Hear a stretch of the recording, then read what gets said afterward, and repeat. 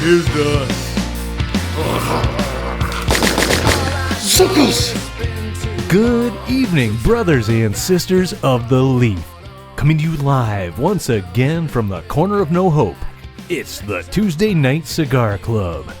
Tonight the boys wrestle with the cocaine bear as they get sloppy drunk on craft beers, all while smoking the La Gloria Cubana Serie R No. 8 cigar. Yep, that's the one. Wait till you see this stogie, folks. It is truly the size of a coked up grizzly bear penis. Huh? Oh, yeah, I know what you're thinking. How do I know what a coked up grizzly bear penis looks like? Let me just clear my internet search history real quick for a totally unrelated reason. And then, look, if I might be in any trouble here, can we maybe, let's talk about this with my lawyer present, okay? Until my lawyer gets here, friends, it sounds like we're in store for one hell of a good time. So sit back, light 'em up, and enjoy the show. All right, you guys ready to have some fun? Yes, yes, I am. What do you want to do? Come pick me up. Let's go. Let's hit the streets. Let's do it. All right. Let me I thought maybe that was Trivial Pursuit or something. Unless you want to go out. Yeah, it'd be smart and stuff to do that game. I'm more of a shoots and ladders man myself. Although I've been playing wrong. I thought you went up the chutes. So all my games were over in like 3 minutes. Man, God, I got to the top fast. Well, and I was playing by myself. That helps. Let me just take a quick sip of my playing with yourself. Professional podcasting serum, as I tend to do. Wet my whistle.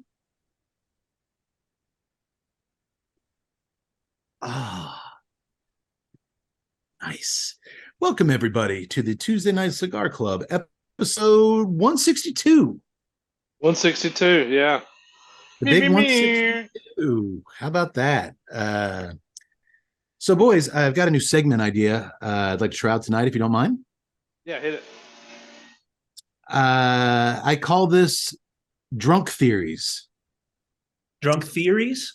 Drunk Theories. These are actual theories that I cook up when I've been drinking heavily, only to have them crumble to dust the next morning when I sober up and fact check them a little bit further. But at the time, I think I'm kind of onto something. Only for the cruel light of dawn to make me realize the error of my calculations. Tell me what you think. Created theoretical musings of Cade. I'm waiting. Let's go. Okay. So here's one from a few weeks ago. I'm here in the corner of No Hope in Central Texas, having a few cocktails, and I'm reading the news when I come across two death announcements within about 10 minutes of each other as I'm scrolling through the news feed. A world famous tech guy in the tech field, Intel co-founder Gordon Moore, and the founder of Arby's, a man named Leroy Raffel, R-A-F-F-E-L, both died on the same day. This is, I believe, last month or earlier this month. They were the same age, 94. They obviously shared the same innovative genius, and they looked the exact same looking at these pictures of these guys. So it dawned on me as I went back to the Intel guy's obituary, and then I'm looking at the Arby's guys, it dawned on me, these are actually the same fucking dude. And so I'm like, how can that be? It made sense to drunk me that Gordon Moore wouldn't want his tech nerd egghead buddies to know and judge him and ridicule him for being a pioneer in the roast beef and curly fry business. So he cooked up an alter ego, Leroy Raffel, and somehow I was the only one in 60 years to put all these puzzle pieces together and solve this mystery. So it was old man Moore all along. That actually tracks with a lot of conspiracy theorists. They think they're the only ones that have stumbled on that thing. But then the next day, I went back and read the articles again, and the Arby's dude is actually 2 years older. He died at 96, which I believe is the oldest age anyone has ever lived that regularly ate Arby's. That ever.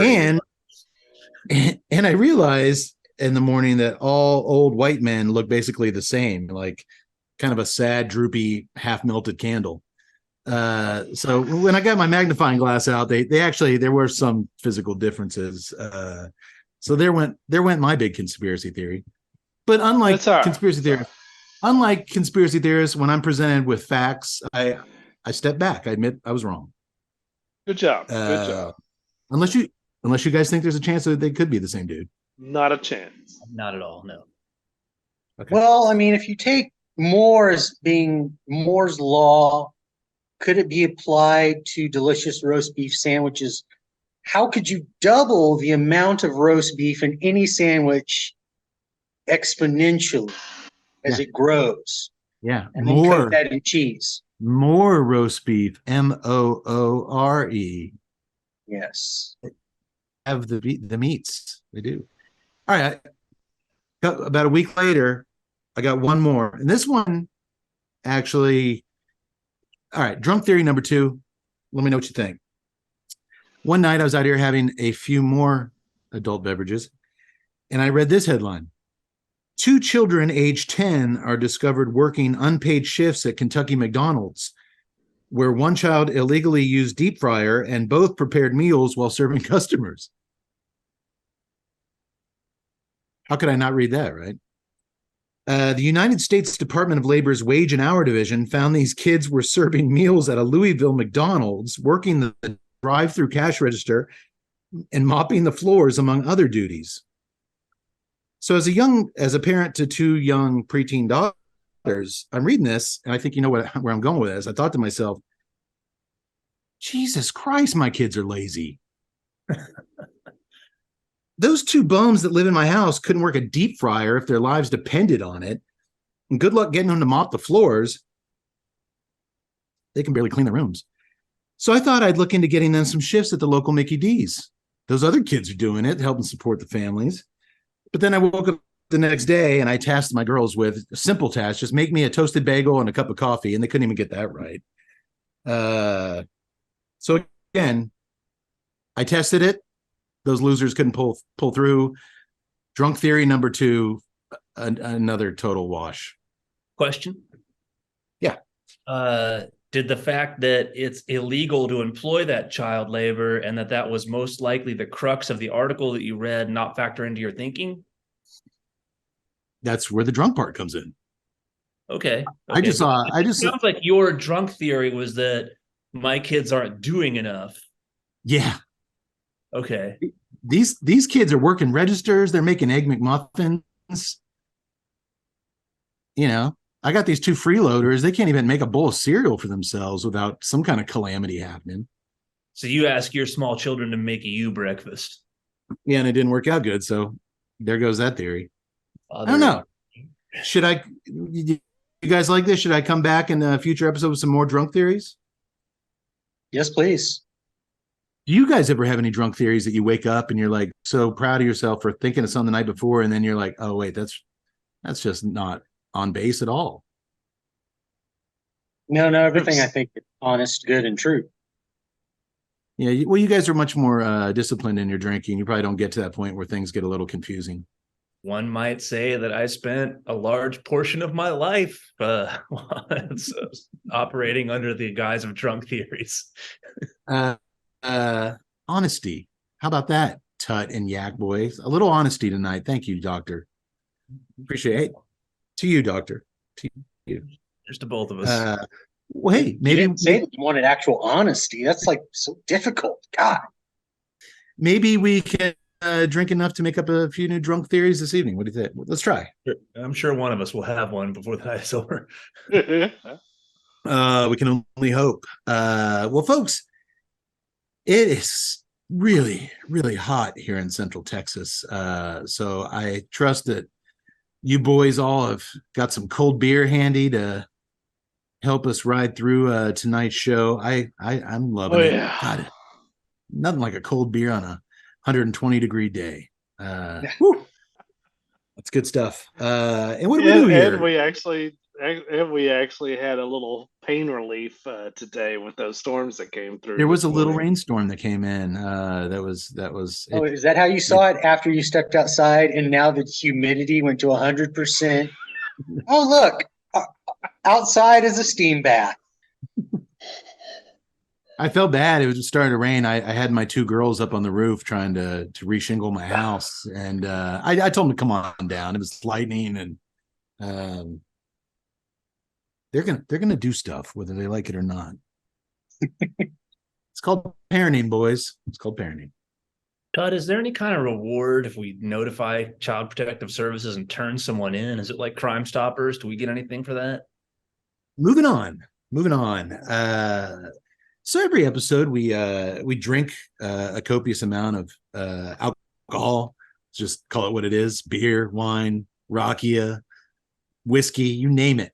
And we pair that with a premium cigar. Tonight we got two because I think one might. I'm guessing. I have a sober. I'm staying with that bad boy the entire way. That is my goal for this episode. I have a sober theory that someone's going to tap out on this beast of a cigar we're going to start with. I'm trying to figure out how to get the cigar like to inner frame like the Death Star. Just doon. Star Destroyer coming in like, no! It's got to be like the Star Destroyer that, takes up the entire frame and then just like kind of slowly backs out. It's a cigar. That's too big to be a cigar. It took an entire field's crop of tobacco to make the three cigars we're going to be smoking this evening. So we got two smokes, which I will introduce here in a minute, and then with the craft beverages and with the cigars, we always tie them to a film discussion. Tonight's film discussion will be on a very recent film that I don't know about you guys. It's always fun to find out later on, but a film that I highly enjoyed, way more than I anticipated I would, which is Cocaine Bear, 2023's Cocaine Bear. So stay tuned for that after we have a little bit of roundtable discussion and get into some other things first.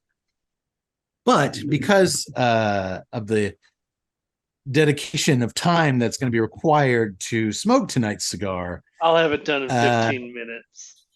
I'm going to time that. I am going to go ahead and introduce it so we can start getting started. But boy, guys, smell that out of the cellophane.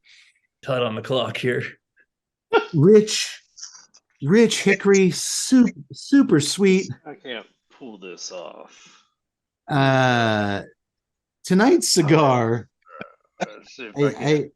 It's not just like a novelty cigar. It's Doctor, I don't know if you can quite tell just how enormous this cigar is. And of course, as I mentioned, we are featuring Cocaine Bear this evening, who is a very horny cocaine bear. So why not?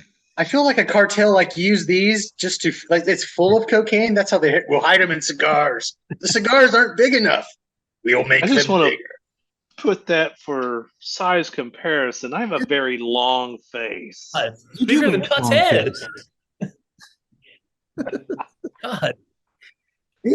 Let me tell you what this is, Doctor. This is you kind, generous folks at home for spending some time with us. Cigar number 1 is the La Gloria Cubana Serie R number 8, Maduro by Forge Cigar Company. It is a 7 by 70, 7 inches Lord, by man. I mean, 70. Why is it an 8 if everything is a 7? Yeah, I don't know why it wasn't the Serie R 7. Oh my God, I wouldn't. If that's how they're doing it, I would hate to see the 8. An 8 by 80? The hell with the Death Star, Tut. When you pushed that thing towards the screen, I thought it was like the shark in Jaws 3 at the end, breaking through the glass tunnel. All of a sudden, that was Dennis Quaid in slow motion. Get out the way! Get out the way! It features a Connecticut broadleaf wrapper, which you can smell the chewy sweetness, and like I said, it's got a little bit of hickory in there. But smell the foot of that thing; it's just super chewy and sweet. I have to get I would say I smell a barnyard because I end off of this thing. Barnyard in there. Did you just say you smell barnyard because there's an actual barnyard in the cigar? I'm fairly certain they can fit a cow in here. I like how Tut needs his fire axe to cut the damn thing. Yeah, I haven't actually thought about how I'm going to cut this. I hope I'll figure it out. The binder is Nicaraguan, the filler is Nicaraguan and Dominican Republic. I'll save price point for last. This giant motherfucker was released in February of this year. The number 8 Maduro is something like the 1 billionth offering in the from the La Gloria Cubana brand. There are so many La Gloria Cubana cigars out there on the shelves. Yeah. But hopefully, fingers crossed, it will be the first to impress me. I've smoked a lot of Gloria Cubana, and I got to say, I haven't really had a memorable one to date. Have you guys ever smoked a La Gloria Cubana that pops into your head? No. I have had many, but nothing see, stands out where I'd be like, yes. Didn't we actually do one on the show? I don't believe so, because I honestly just hadn't found one that grabbed my attention. But it is kind of an iconic band. The lady on there, which you'll certainly recognize if you've ever been into a walk-in humidor. And in case you boys, what was the demographic info that led them to be like, we need to make this cigar. This cigar needs to come into existence. I'm sorry, Todd, could you give me? I'm doing some forearm curls. Feel the burn. What's the guy on the shop floor doing? He's like, do I keep rolling? Keep rolling, bigger, more. But get this. For you folks at home, man, you boys, this is not the biggest cigar we've ever done on the show. Way back in March of 2019 on our St. Patty's Day episode, we smoked the 7x70 Candela barber pole known as the Ogre from Asylum 13. Yeah. So this giant grizzly bear dick I'm holding is tied for the largest cigar in TNCC history. By the way, it is awkward to hold in kind of. If you guys want some tips on kind of how to hold this comfortably in your hand, I will take my phone out when I take a whiz in a minute, and I'll FaceTime you guys. Just kind of watch how I'm holding my jug, and you'll kind of see just how you can. That's okay. I'm still doing the cold draw, and it's about right here. So I think eventually it's going to work its way through, and I'll get those initial flavors. All right, I'm going to try to cut this here. Oh, hey, that actually. That, or I'm going to put some 10-pound weights on either side because it literally is. That's either going to heal your shoulder or wreck it beyond belief. I don't know, one or the other. Oh yeah, don't lift this with your therapist is going to be like, "What'd you do to your shoulder?" Sorry, man. What a beast. The feeling like. Well, hey, that's really all I'm going to give you guys on the cigar. Like I said, I'll talk price point later. But Doctor, if you could give us about 15 minutes to get this lit, go ahead, talk amongst yourselves. I'll just like a fireplace log. It's going to take go out and check the mail. You could actually write some correspondence, put in envelopes, slick them, mail them, drive to the post office, and we'll still be here putting flame. It's actually seen letters. It's actually it's a very nice aroma. Did you guys get anything off the cold draw? I just got more sweetness. That was about the same, yeah. I find that if you turn it in your hand while you're lighting it, that's probably your best bet of getting an even burn going here. Oh man, a lot of smoke pouring off of this. Impressive. Why wouldn't it be? It's like literally a rolled up newspaper.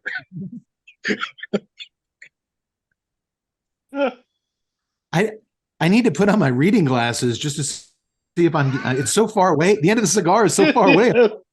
I can't see if I'm getting it or not.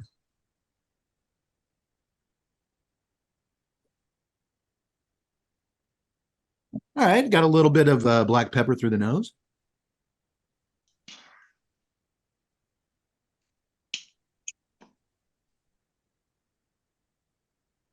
Yeah. I'm gonna have a serious case of ginger Lynn jaw on tomorrow morning.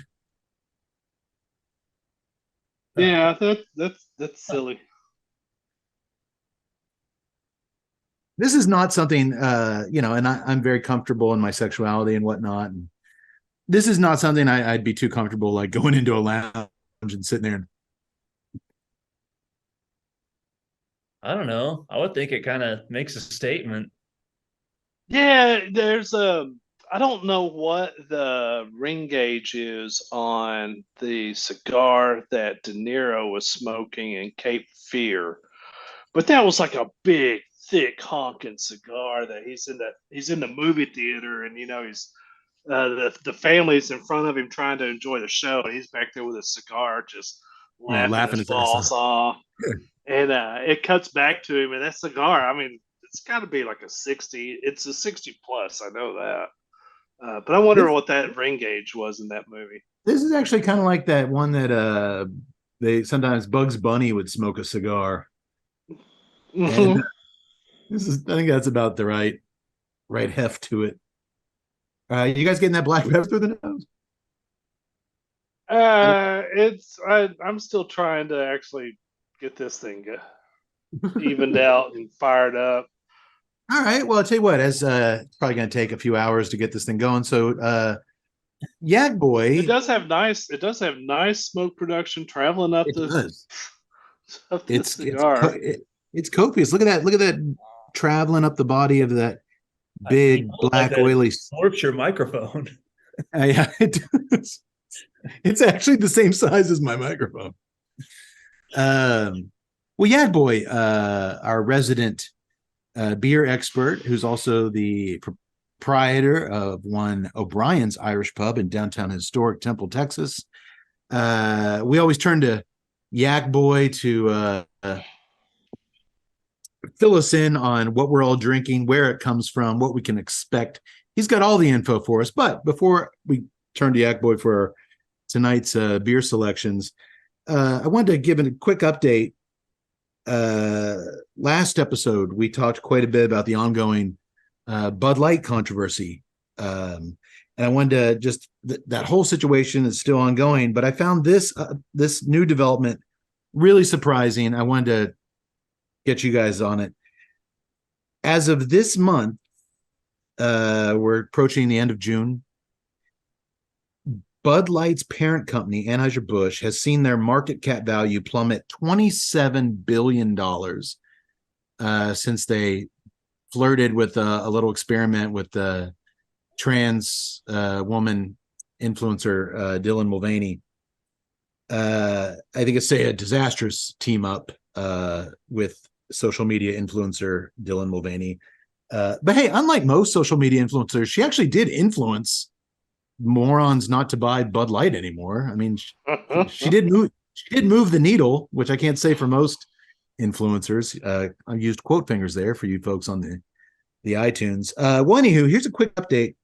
Can you boys guess, for the first time in 20 something years, which beer has toppled Bud Light in the US as a result of all this silly nonsense? Yak Boy, you own a bar, and you've got some insider knowledge. Don't say anything. Give these boys a chance.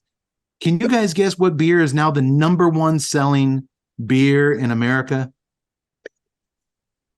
Well, it's obviously going to be a domestic beer it's got to be either Coors Light or Miller Lite. So I guess I'll guess Miller Lite. Doctor, that was actually my guess. I was like, it's got to be another terrible beer. Let's go Miller Lite. I was wrong. Tut?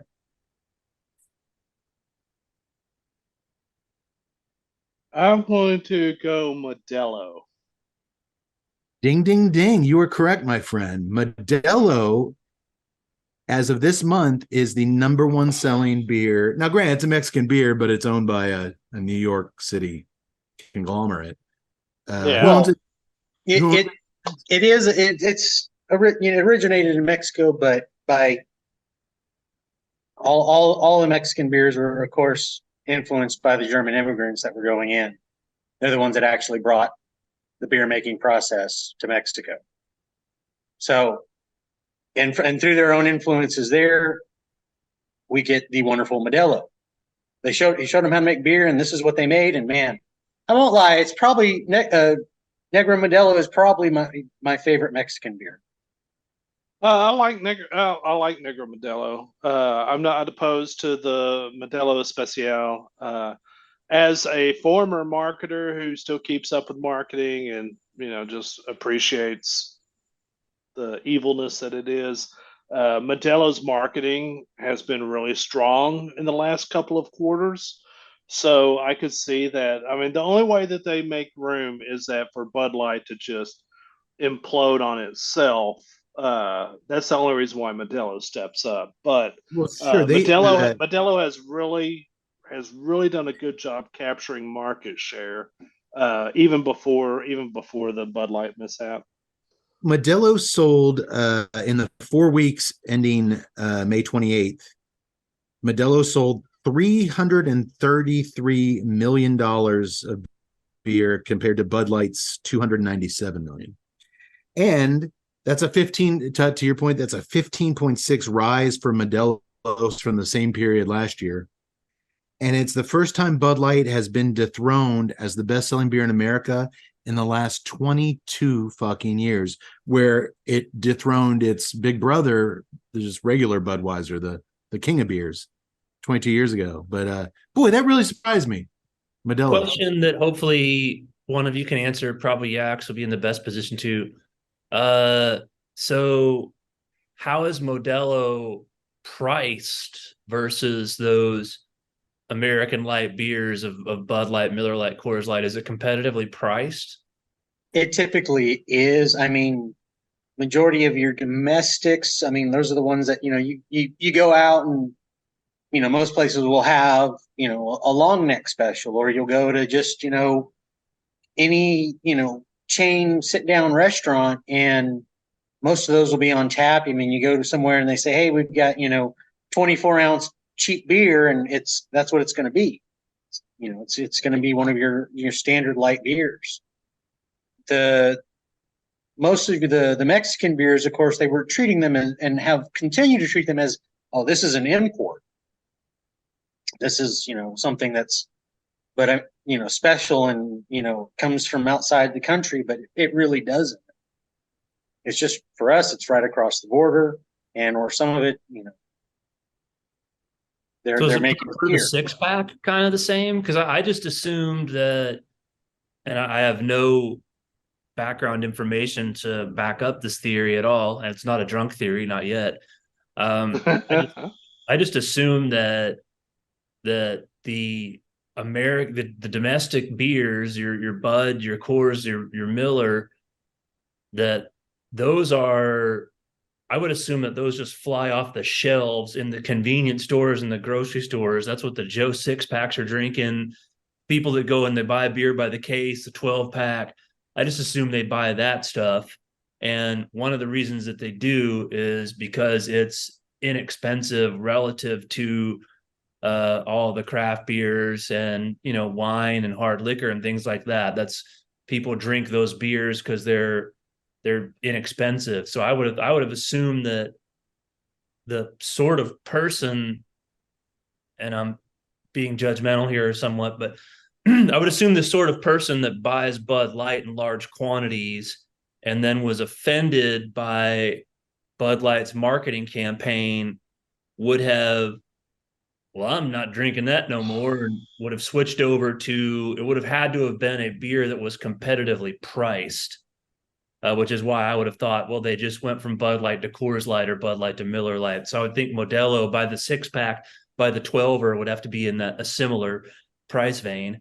I think Yax is right. Yeah, it is, Doc. It's very similar. It is, and most of where they got picked that up on was, people going out to drink. It's one thing to drink at your home. Most people, I mean, a lot of people, yeah, there was an initial thing and it's still down, but I mean, make no mistake, Bud Light Anheuser-Busch is going to clear their shelves of their product. So if they drop their price down, people are going to come back just because, I can pick up a 24-pack cheap. Sure. Just remember that The Hispanic market is a growing market with a lot of disposable income. Sure, but I guess Not a lot of disposable income, growing disposable income. Well, and the thing is if everyone is going to start drinking Modelo, there's no way Modelo can keep up with that level of demand. They already can't. So prices already are rising on that product. Yeah, So I didn't think about that. That's a good point. And so it's already, I've seen it for myself. People are let me get a Modelo. It's like, sure, here you go, $5. And people are like, what? What? That Oh, yeah. surprises me too, because I was just like, $5 for boy, Modelo. in a perfect, beautiful world. By the way, I just want to give a shout out to my favorite Mexican restaurant beer, and that is Pacifico. Pacifico for Mexican restaurants. I was actually going to mention Pacific. You guys were mentioning your favorite Mexican beers. When I directed a little film years ago, we got a beer sponsorship from a distribution, and we got a lot of Negro Modelo. We got a lot of Mexican beers, but I drank so much goddamn Pacifico because we were filming in the summertime, and man, that Pacifico is so good when you're living on the surface of the sun here in Central Texas. Pacifico's great. I guess I was thinking, if people are giving up, that many people are giving up and walking away from Bud Light, like how beautiful would it be if just, you know what, I'm going to try one of them IPA. Like, what if they actually tried like a good beer? Holy shit. This tastes amazing. Like, this has flavor and nuances. But no, or even just an actual German Pilsner. It's just anything. Like, what the fuck? It's not. They're not even looking at the beer. They're looking at the price tags. Yeah. They are strictly quantity over quality. You can never compete for that. Not unless you can take delicious IPAs or, blonde ales or stouts and make them as cheap as. Which I guess makes sense, because if you're driving and you go to McDonald's and their drive-thru's closed, you don't head over to Five Guys, you go to Burger King. Yeah, it's the first law of economics. I mean, if you're somebody that gets drunk on beer on the weekend, and what you can afford is to buy a case of Bud Light, you're not going to start spending, $14 a six pack for an IPA. Oh man, one of my beers for tonight was so stupid expensive. It was like it would blow these guys' mind. Like, what? I'm actually fine being a beer snob, and I'm like, look, you want your Bud Lights, you want your Miller Lights, and you're happy with that. That's fine. I'm not going to try to convert you for beer. Go to your grocery store, buy your 24 pack, and knock yourself out. Just run along. Anyway, I just thought I'd follow up on our last show. I thought that was interesting. New developments. Next episode, I'll be like, Keystone coming in hard from behind, takes the lead. It's just one terrible beer after another. By Christmas, Busch Light is neck and neck with Red Dog. It's like nothing we've ever seen before. Red Dog's still out there. Do you know that? Everyone is allowed to change, and everyone is allowed to evolve, and hopefully people grow up and their palates change, and they hopefully become better off financially and enjoy nicer things in life. But I can speak for not only myself, but people here tonight. There's a lot of those beers in everybody's past here. I drank a shit ton of Bud Light, and I don't disparage. I mean, I don't disparage at the fact that I did it. I was in college. I was experimenting at the time, and I was broke, and I did it. No, but dude, we had a Bud Light sponsorship. I drank a crap ton of that. The thing that I think that I find the most amazing is that when I hear like some cigar makers are famous for like marketing's a bunch of bullshit. I'll never spend anything in marketing. And people are like, marketing doesn't work, there's no point into marketing. I was like, yeah, there really is a point in marketing, even on a macro scale such as Bud Light that is dominating an entire industry. They are dominating that industry because of their marketing spin, because of their forefront in mind. And then what caused people to get off of them? A misstep in marketing, not a change in formula. It's not like some new Bud Light, sugar-free Bud Light, whatever. It was straight up a marketing decision that drove millions away from their product and toppled them. Same thing happened with Pepsi. Pepsi didn't get beat out by Coke because Coke was a better product. Pepsi had to lower their marketing spend, and they fell off the radar. I just find it fascinating that marketing does have such an impact in our industry. And I'm thinking of the Simpsons episode where they have prohibition, and you see the Duff beer owner coming out there, and he's like, "No, I'm not worried. Our new Duff Zero. We know that customers buy Duff for its smooth, rich taste and not its alcohol content. I'm sure Duff Zero will sell as good as a regular band." And then 10 minutes later, the plant's closing, and he's like, "Well, that's the end of me."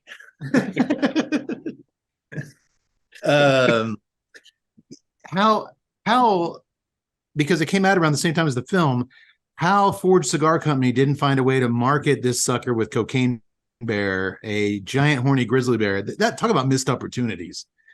They should have been in every movie theater lobby with these things. They would be sued, and they can't do that. Take a piece of Cocaine Bear home with you and put it in your mouth. Speaking of which, how's that cigar treating you guys? It's fantastic. Construction is great. Wonderful stack of quarters over here. Stack of 50-cent pieces. By the end of the night, I'm doing the show by myself because none of you sons of bitches can talk anymore. I'm getting a lot of woodsiness off the draw. There's a strong oak presence I'm getting mixed with some very, very not subtle earth. And then I am still I'm about an inch in, so about 90% left to go, and still some black pepper on the nose, but that's really it for me. Just a little woodsiness and some earth. What about you, Tut? Yeah, I'm not going to call it strong woodsiness. I think that's a bit strong, but it's there. The pepper. It's like you're in the Appalachian Mountains. You're smoking the Appalachian. No, it's not. The pepper is there. To me, it's kind of subdued. Yeah. It's medium strength to me. It's not overpowering. No, it's not. Well, the cigar looks awful scary. It isn't. It's actually the only thing scary about it so far is to me it has a very dry back end. That those forward flavors of oak and earth it's leaving my palate a little dry, which means I'm gonna have to drink some more. So I guess that's terrible. That's a pro tip. Mouth gets dry, drink more. If you're gonna make something like this, why not lean into the first impression when you look at this is it's going to be a hard-hitting sumbitch, and it is going to be ruthless. So why not lean into that and make it the most hardest-hitting motherfucker out there, to where that pepper blast on that front end just hits you with the baseball bear-sized dick that this is, and just knocks you on the floor just from that initial light.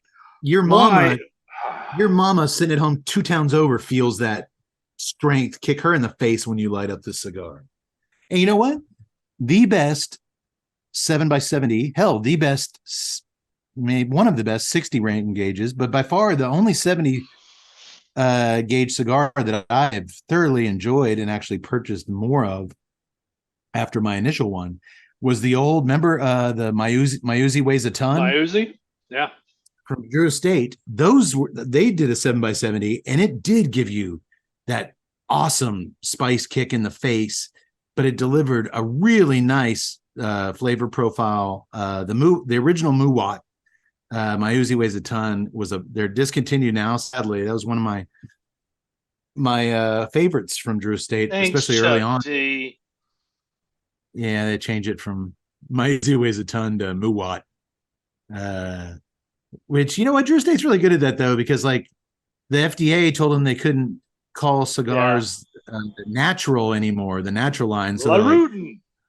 you know what? We'll just spell natural backwards, assholes. The LaRutin. We can't call it My Uzi Weighs a Ton. We'll call it the Muwat. But yeah, I really like that cigar in a big ring gauge. Man, it's just not really giving me a lot. I will say this, surprisingly, I had to correct the burn line. It was running on me. It was getting super wavy. So I did correct it, but the draw is fairly okay, and a lot of smoke coming off this thing. Mm-hmm. But not a lot more than that. Yak Boy, is that you getting that similar experience? I'm right about there. I'm a little like you. I'm gonna have to fix the burn line here in a little bit. But everything else, I'm like you. That pepper has been nice here in the front. I think I'm maybe a half, 3/4 inch in. I'm never going to finish this thing. I'll be smoking it 4 days from now. That's why I brought another cigar to the table tonight. I figured you might need a plan. No, I'm finishing it 4 days from now, but I'm going to finish it. There's no quitters. The amount of smoke this thing's putting out, I'm just worried that like some helicopters are going to start circling, like anything I'm trying to signal for help. Okay, well, hey, we'll get back to that unless something jumps out at you. Let me know. So, boys, in the old days, we would all drink the same beer, or the same whiskey, or the same whatever spirit we wanted to feature. But ever since we moved to this format where we're not seated in the corner of Hope together, we're all responsible for going out and selecting our own beers and seeing what. Oh, by the way, well, I guess we'll get to that here with the drinks to see how different beers react to our cigar, which I actually think that's a much better idea than us all kind of following lockstep along with one another. So, Yak Boy, as I mentioned, you are the co-owner and most handsome bartender at O'Brien's Irish Pub in downtown historic Temple, Texas. Could you please fill us and our listeners in on what we're all drinking tonight, starting with Mr. Tuttle? Man, Mr. Tuttle, who is very aptly chosen to find a beer that fits perfectly with our movie, by the way, from Bear King Brewing. Bear King Brewing. The Nice. Foggy Eyes. The Foggy Eyes. Never heard of this brewery. I'm kind of they're actually what you're going to tell very me about new. They started up in 2019. They are located in Marble Falls. So also another tie-in to our movie, Marble Falls. Secret Waterfalls. Anyways, you know what? We'll come back to that later. Okay. The Foggy Eyes. Multiple tie-ins. Him and his good finds. The only thing, it's a 6% ABV. They say 55 IBUs, but it's a hazy IPA, and I've found most hazies never get above 50. So if they put that on there, they're liars. So yeah, I have a hazy IPA, and it's I'll get to that here, but there's practically no hoppiness. But let's see, it said that you should have a huge tropical fruit flavors and a soft bitterness. Is this what you feel? I would say that's accurate. I think that soft. the soft bitterness needs to be replaced with little to no bitterness. The tropical citrus, it's there. I can dig it. Yeah, it's Papaya? not bitter. You can. There's a little bit of a hop presence, just to let you know that it is an IPA-ish type beer. But it's a pleasant beer. It really is a pleasant beer. Easy drinking, even on for a hazy IPA. But then again, I don't like the bitter hops that you guys love in your IPAs. So if this is marketed to me, then good job. If it's marketing to you guys, then y'all missed the boat. But it feels great on this nice, soft Texas evening. Prom laughs at your soft bitterness. Which, by the way, my therapist has been working with me really hard, trying to encourage me to become much softer with my bitterness, and especially towards you guys. And I think we're making some progress. Forget the part about you guys. It's an ongoing work. Okay. I imagine it's not bringing anything to help the cigar. No, and in my opinion, actually, the undertone of the hop does lift up the woodsiness on that draw a little bit, but that's Really? about it. That's about it. Okay. Interesting. All right. Yeah, boy. Let's move on to the doctor. The doctor is not joining us, smoking one of these giant cigars this evening, but he is drinking a plethora of tasty beers. What's he drinking? From the wonderful Manhattan Project Beer Company, the Half-Life IPA, 6.2%, 33 IBUs. Oh, and I should have mentioned they are located there in wonderful Dallas, Texas. Mm-hmm. You've had some Manhattan projects before, haven't you, Doctor, on the show? Yeah. I have. It's possible I've had this one. I enjoyed the Hoppenheimer. All of them have a. I love that. The Manhattan Project being, of course, the nickname given to J. Robert Oppenheimer's project to create the atom bomb. They all have those kind of themes in them. I love their naming themes. There's like the Bikini Atoll is one. So there's a double Half-Life. I've been a fan of the. They've got quite a wide selection. I am not interested in trying a coconut porter, but they have quite a lot. Dude, live. I'm living, Tut. I'm living, baby. We did the for our Death Wish episode, we did Death by Coconut, which was a porter. Doctor, I'm the same with you. I don't like porters at all, but coconut porter, get out of here. I don't like coconut. It was actually pretty damn good. This is a good smooth beer, and I would put it. I would also give it the recommendation of a summertime beer. I don't know if that's the hazy IPA aspect of it, but it definitely has a nice smooth. It's a good summer beer. Okay. Real quick, guys, I'm gonna jump in with a very important update on the cigar. I don't know if it's because of physics and just the size of this thing, but after I take a drag and I'm looking at the cigar, not only does smoke travel along the body of the cigar, but it starts to orbit. There's like a ring of smoke that orbits around. The cigar is so large that it is exerting its own mass, is creating gravitational pull. Yeah, it has its own gravitational force. This is crazy. Say this though, if you want to tune it up, get yourself a 6-pack of that Hoppenheimer. I think that goes about 7.5 on the Richter scale. That'll get it done. I will say this, after I'm not even halfway into this cigar, and I have an all new respect for those girls that get on that bang bus. My God, this is a challenge, and challenge accepted.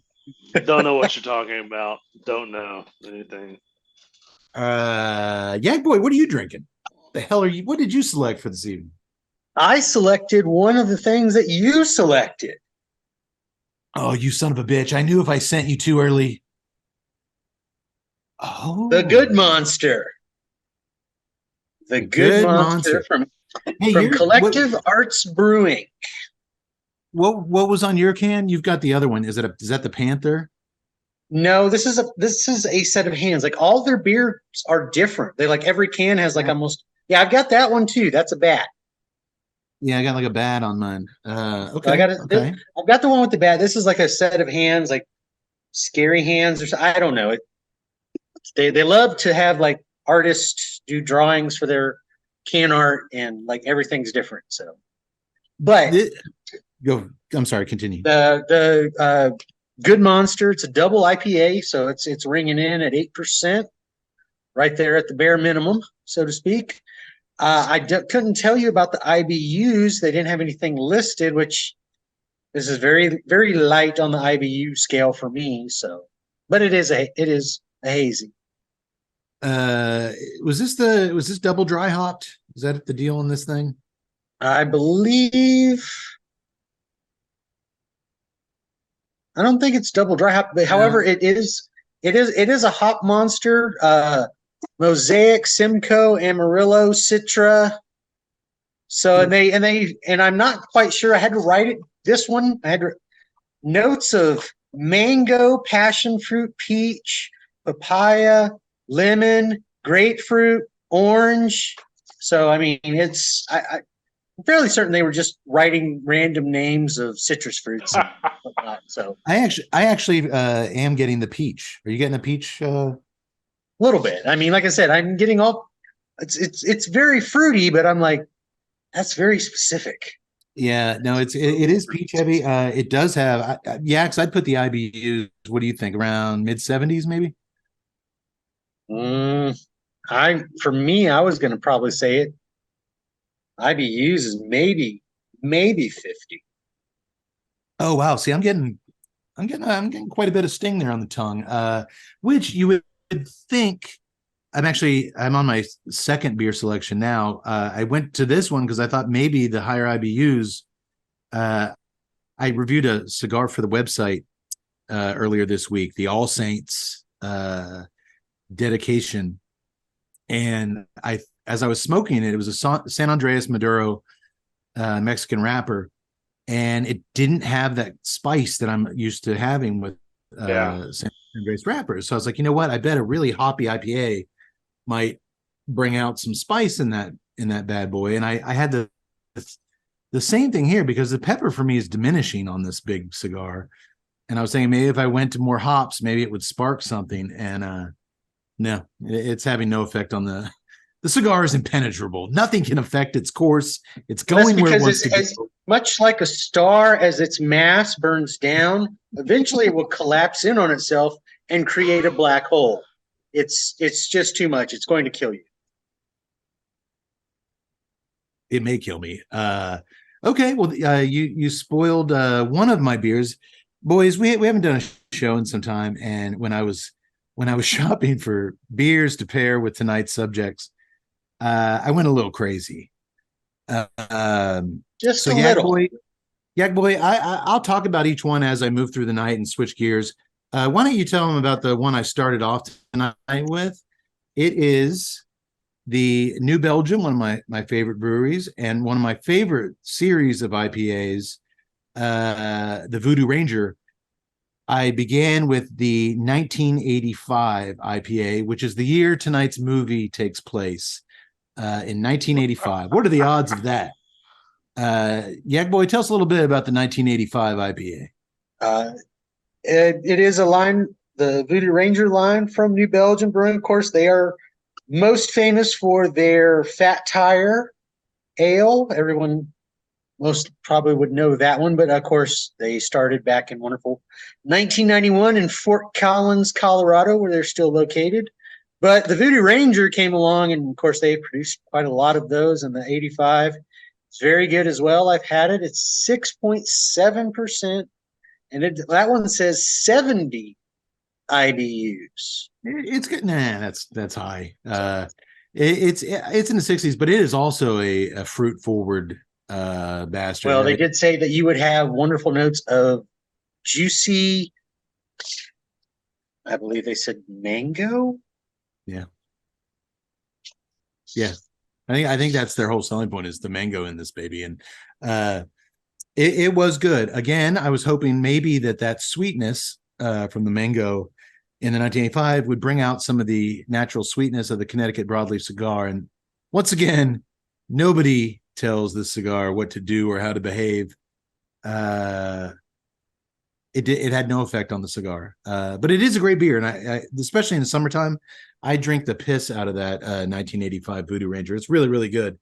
And now I have moved on to Yak's beer for the night, the Good Monster. They called a Dippa here in the trendy little nicknames for double IPAs. It's a New England Dippa, which I usually don't like New England style IPAs, but this is far from the typical New England style. It's good, and this is the beer I was telling would blow Bud Light drinkers' minds. I think this was $22 for a 4-pack. So that's Yes, it was a little up there, but I also noticed where we go to buy our beers, typically now they no longer put price tags up. They just stopped putting them up. correct. New owner came in, and we were worried that they were not going to have our delicious. They have a crazy for a small town in Central Texas. They have an insane craft beer selection. But the new owners came in, and we're like, "Oh boy, is he going to keep up with this? Because it's a lot to keep up with new beers and new breweries." He's kept up with it, but he got rid of price tags. You don't know what you don't know what you're paying till you get up to the register. And I was looking all over, and I was like, "Yeah, I saw that he was doing it, but you know what? It's the only one I could find that I'm like, all right, you know what? It seems interesting. I'll give it a shot." Because yes, they also have just an insane amount of various different flavored beers, and I'm like, I don't need a cherry, mango, wheat, whatever. I'm out. Just give me a solid something. And plus, when I saw it, I saw like the can he had there, it had the bat on it. I'm like, oh, there you go. That looks freaky. I'll take Well, it. hey, a young character in tonight's film does refer to the cocaine bear as the monster, so it's only fitting that we drink the good monster. Correct. Because hey, let's face it, the cocaine bear is a good monster. It's not his fault he's coked out of his mind. He's an animal. He didn't know what he's doing. He didn't ask for this. He did not It was ask. just shoved upon him. Hey, kind of like I shoved this upon you guys. You didn't ask for this. Let me gently put this down here. Are y'all's ashtrays tipping over from the weight of this thing? I dare not put mine in the ashtray. Okay, well, I've tried thumping the ash, and it said no. You broke your thumb. Yeah, it's like Okay, well, I actually do have two other beer selections. Like I said, I couldn't control myself. I went a little parent crazy this tonight, but we'll get to those later on. Well, folks, especially new listeners, actually, let me switch that.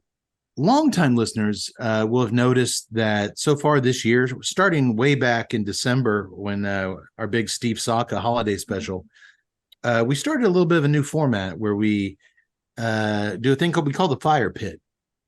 Much like when we sit around the fire pit at Yak Boy's house and catch up on each other's lives and things that we've been digging, whether it be movies, TV, music. We've kind of started this new thing on the show where we do a fire pit session where we kind of go around and catch up with what everybody in their own personal time has been digging.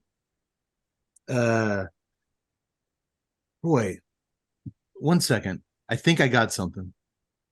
I'm actually getting woodsiness. The woodsiness is picked up for me a little bit, and there's a little bit of a nuttiness, almost a cashew type, but it's got like a little pine to it as well. Little pine, a little nuttiness. I am actually getting some. All of a sudden, I'm about, I guess, a third in at this point. I just got some Nika mineral joining that pepper on the draw, which thank God it's giving me something new. I'll wait for those nuts in my mouth that Tut is getting. That's weird because I'm like an inch behind you. Yeah, usually you're way more inches in before you get the nuts in your mouth. That's right. That's how that works. Yeah, Yak Boys. He's watched the Bang Bus. He knows. Okay, all right. Well, while I was transparent earlier about waking up dazed and confused most mornings after concocting my various drunk theories, Doctor, you just finished reading a book about the making of one of our all-time favorite films, the one and only Dazed and Confused. Or did I get drunk and imagine that too? No, you did not imagine that. So Okay, the book is all right. It is an over 400-page oral history of Dazed and Confused. The author is one Melissa Mars or Mayers, Maerz. We'll go with Mars, easier to say. So it's literally an oral history. She interviewed everyone, and I mean everyone. So it has and everybody, with the exception of Sean Andrews, who played Pickford. More on him later. Okay. Mila Jovovich, who was his girlfriend in the film. Everyone else participated at great length. Wait, did So, Mila did participate? she did not. She did not. Really? Those two did not.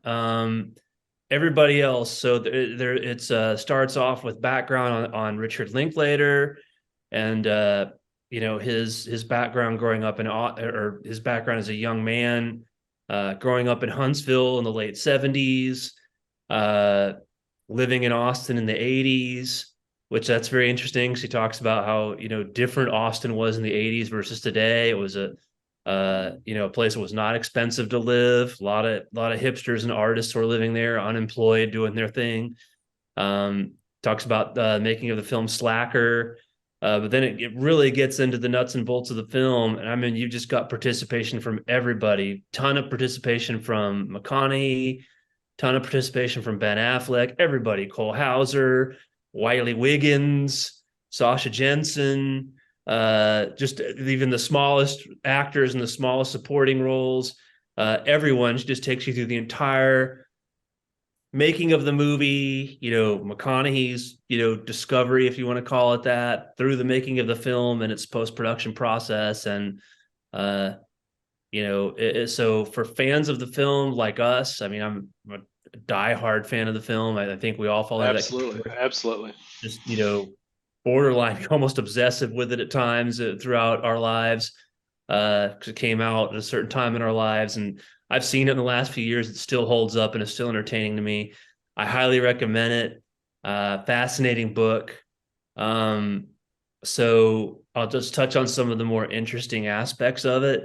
Sure. I was about to say, what's the most interesting thing that you learned?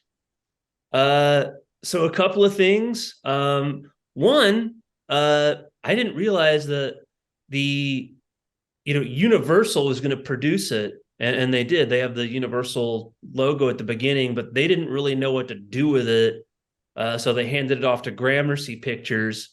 And this was kind of before you had Fox Searchlight and Focus Features and those things. And Linklater said, and the book was compiled from, I think, 2014 to 2018, because she interviews everybody. It's hundreds of interviews. So Linklater was like, he just said, I never thought Universal really wanted to make this picture. And he thought they kind of buried it. They didn't market it. And as a result, it didn't make shit at the box office. Yeah. But then and I didn't remember that I know I didn't see it in the theater, but it really didn't do well there at all, but then had this huge explosion. Some other just real quick interesting things. Apparently the guy that played Pickford, a guy named Sean Andrews, by multiple accounts in this book, and I would say McConaughey he's very forthcoming, and all the stuff he says is very cool, but some of the people 20 some years later, 25 years later, throw a few darts at others. McConaughey doesn't do that. Affleck doesn't do that. They're a little more careful. They're a little more media savvy. Apparently the guy that played Pickford was a total asshole. Thought he was the next Marlon Brando. Acted like it. And they have a chapter devoted to what an ass that guy was and how how he just tried to upstage everyone. And that at one point, Richard Linklater had to almost get in between him and Jason London, because Jason London had just had enough and was going to punch the dude. And Rory Cochrane, who plays Slater, Yeah. in an interview in that chapter, he says, if everybody's bashing on that guy today, that's what I call poetic justice. He said the dude was a dick. He tried to do stuff to take away from other people and scenes.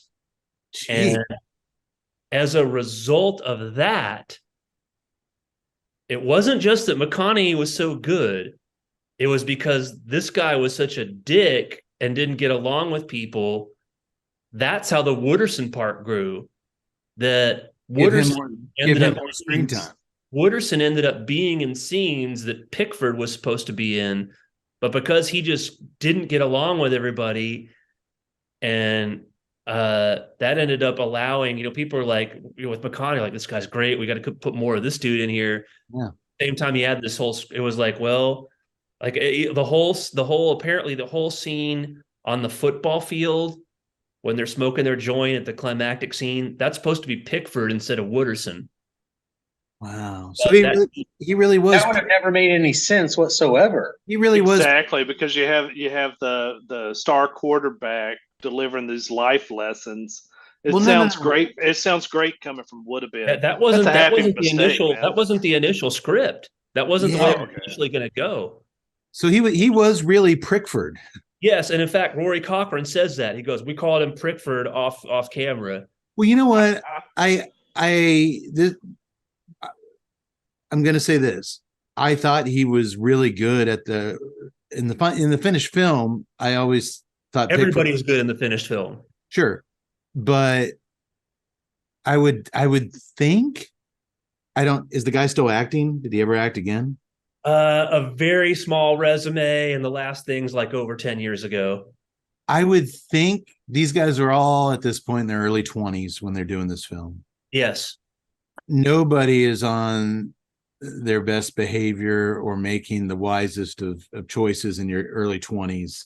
Yes, there's plenty of guys that do the right thing and are gracious and have basic manners and things. But man, I would think maybe he would have jumped at the chance to kind of just do a mea culpa and be like, I was a dick. I'm sorry.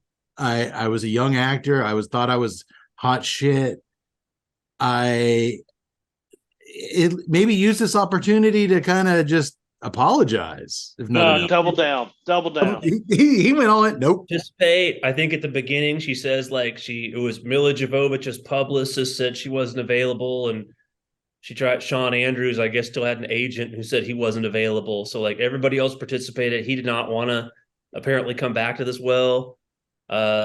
Interesting. I thought that was very interesting, but it was a twofold. It was like when they put McConaughey in front of the camera as Wooderson, not only did that click, but it was also like, well, we actually have room to make some room for this guy because this other dude, it's just not working out. And Linklater made a comment that he goes, I think Sean tried to really form a relationship with me, and he said when it's an ensemble movie, you really should have been formulating it with the ensemble. So that part, but then interestingly, I'll say this: there's some comments. They did have a 10-year reunion party in 2003. Yeah, I remember that. Even that's now 20 years ago, but it was, and so at that point, McConaughey's a pretty big star. Yeah, it was in Austin, I think, at the Draft House. Yeah. So even that's now 20 years ago, but at that point he's a big star. And it sounded like from both Jason London and Sasha Jensen took a couple of shots at McConaughey. It sounded like there was some bitterness there. Like Sasha Jensen said something about, it was this big ensemble thing, and then we go to this 10-year reunion and McConaughey shows up with bodyguards. And Richard Linklater, who's made several movies with McConaughey, he's defended him. He's like, that's not true. McConaughey's not the bodyguard kind of guy. He was like, that's why guys like him shouldn't do this and usually don't, because people just are bitter and project shit on him and all that. So there was some interesting stuff about it, but I highly recommend it. There's all sorts of good stuff in there. If I could, Doctor, the thing that nobody in 1993, it just so happened this insanely awesome movie about a senior year of high school came out when we were going into our senior year of high school. So that's kind of where we all Really struck a chord with us there. It really struck a chord because this was us watching this as seniors. We graduated in 1994. So, and these characters on screen, granted, 20, a little less than 20 years earlier on screen, are doing the same keg parties, the same cruising the streets of the small town. It was just like nobody had made that movie. I mean, I'm not talking about like fucking American Graffiti and all that shit that we would never be able to relate. There's a lot of comparisons between American Graffiti and it was when it came out, but we weren't getting together and drinking beers and watching American Graffiti. It didn't resonate with us. Where I don't know if it was the Texas connection. I don't know if it was the music.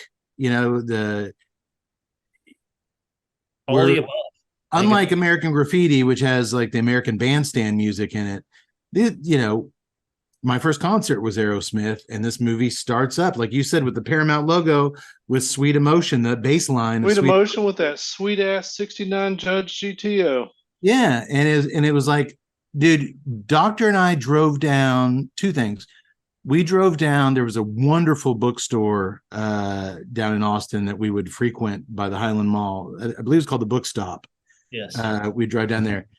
And I picked up, I still got it, The Days of Confused. And it's basically a yearbook. And it was sweet. It was compiled by Richard Linklater as a companion piece. Oh, dude, it went straight to Pickford. But dude, we used to go down there all the time. We cruised down to Austin. It was a quick, 45-minute drive to downtown. I picked this up and 101 Ways to Smoke Pot at School by Slater. We just love this movie, but I don't know if you guys remember this. Yak Boy, tell me if you do. This is something that could never be done today. And I can't honestly believe that they let it be done then. But do you guys remember our senior year? Movies would promote themselves by sending the schools book covers for your textbooks. Remember the like kind of mylar glossy book covers that you would put your textbook spine in and fold around the edges to protect the textbooks? I had one of Chris Rock from CB4, which that didn't make sense in the school environment. The only two I remember wrapping my books in that my teachers gave me was a Dazed and Confused book cover and Bruce Campbell and the Army of Darkness book covers. And can you imagine if kids today, like, you're not allowed to do anything without parents going through the roof. Can you imagine if your kid came home today with Bruce Campbell with a chainsaw and zombies on the book cover, or fucking Dazed and Confused with dudes with a joint sticking out of their mouth? But dude, our teachers were handing them out right and left. Like, you got to protect your books. Yeah, because they were free, and the teachers are like, "Great, here, book covers, take them." I mean, it could have been, it could have literally just been a guy with with the chair trying to beat his parents, and then it'd be like, "Perfect, it'll protect the books, give it to the kids." Two more very quick little anecdotes from it. One is just to go, I think it's all the above, Cade, on the factors, but one, like Richard Linklater had said initially, and he said this in other places, you guys may have read it, that he wanted to make an anti-John Hughes movie. He just said that because his high school experience was not the girl from this side of the tracks dates the boy from this side of the tracks, and it splits the high school down the middle, and there's all this drama. He said, that wasn't my high school experience. He said, my high school experience was not a lot of drama, trying to fit in, try to have fun. And this is where 76 probably wasn't a whole lot different from 94. He said there was a lot of just driving around on Friday and Saturday nights with nothing to do, with your friends, listening to music, looking for a place to drink and get high. And I was like, yeah, that kind of, that hits home. That makes sense. Yeah. And then who knows if this is true or not. Jason London, I've always had a soft spot for the guy. Going back to this movie, he look at his resume. It's the opposite of Pickford. He never became a huge star. He has over 100 credits. He He does he's done some Sci-Fi Channel horror movies. He does some Hallmark Channel movies. He's in a ton of stuff. He claims that, and it's on the cover here because you got him and Wooderson and Sasha Jensen in front of the Emporium. He claims that the one and only time he met Quentin Tarantino, that Tarantino went, Jason fucking London, and offered to give him $200,000 for the belt buckle pipe that he wears. And Jason London said, I wouldn't sell it. I still have it. Wow. He claims Tarantino was like, knew who he was to go to him and said he'd give him $200,000 right then for that belt buckle. And he said he didn't do it. He still has it. So, hey, by the way, listeners at home, Jason London is brilliant in the sci-fi creature feature Dam Sharks. DAM. They're sharks that attack a dam in this river. And he's this corporate CEO who's taking his employees out on a get to know you retreat. And he's gold in it, baby. He's gold. He's also I have he's also fantastic in Mississippi River Sharks. I saw that one. I think I might have plays himself in that. I think I might have a Mississippi River in my underpants after I'm done with this cigar. No, he did play himself in that, Doctor. And just went from like as a B actor who shows up drunk all the time. I'm a London fan, man. He always you can never say that guy mailed anything in. I have a term paper coming up, and it's about movies. And the topic is, she gave us a list of the Academy Awards top 100 films of all time. And she was like, pick one, make your case, or pick something that's not in it and make a case. And actually, I was thinking of, make your case for why it should be the number one, or just in that top 100 of all time. Make your case for why it was right to be included or why it was wrong to be included. Right, or pick something else outside and make your case for why it should be. Gotcha. And by the thought that I had coming, and this is before tonight, but I'm going to do it now, was that Dazed and Confused should be in there, with the reasoning that it should replace American Graffiti altogether. American Graffiti is a great film, but it's a time capsule, but films relate to audiences, and who's talking about American Graffiti other than film buffs? There's not a lot of people that it resonates with. Yet this film covers the same subject matter. It has so many stars that went on to brilliant careers. Same thing, you could also make a case for Fast Times at Ridgemont High. Sure. That casting list went on to, it's got multiple Oscar winners in it. Which some might say that was the 80s, the answer to Dazed and Confused in the 70s, Fast Times at Ridgemont High in the 80s.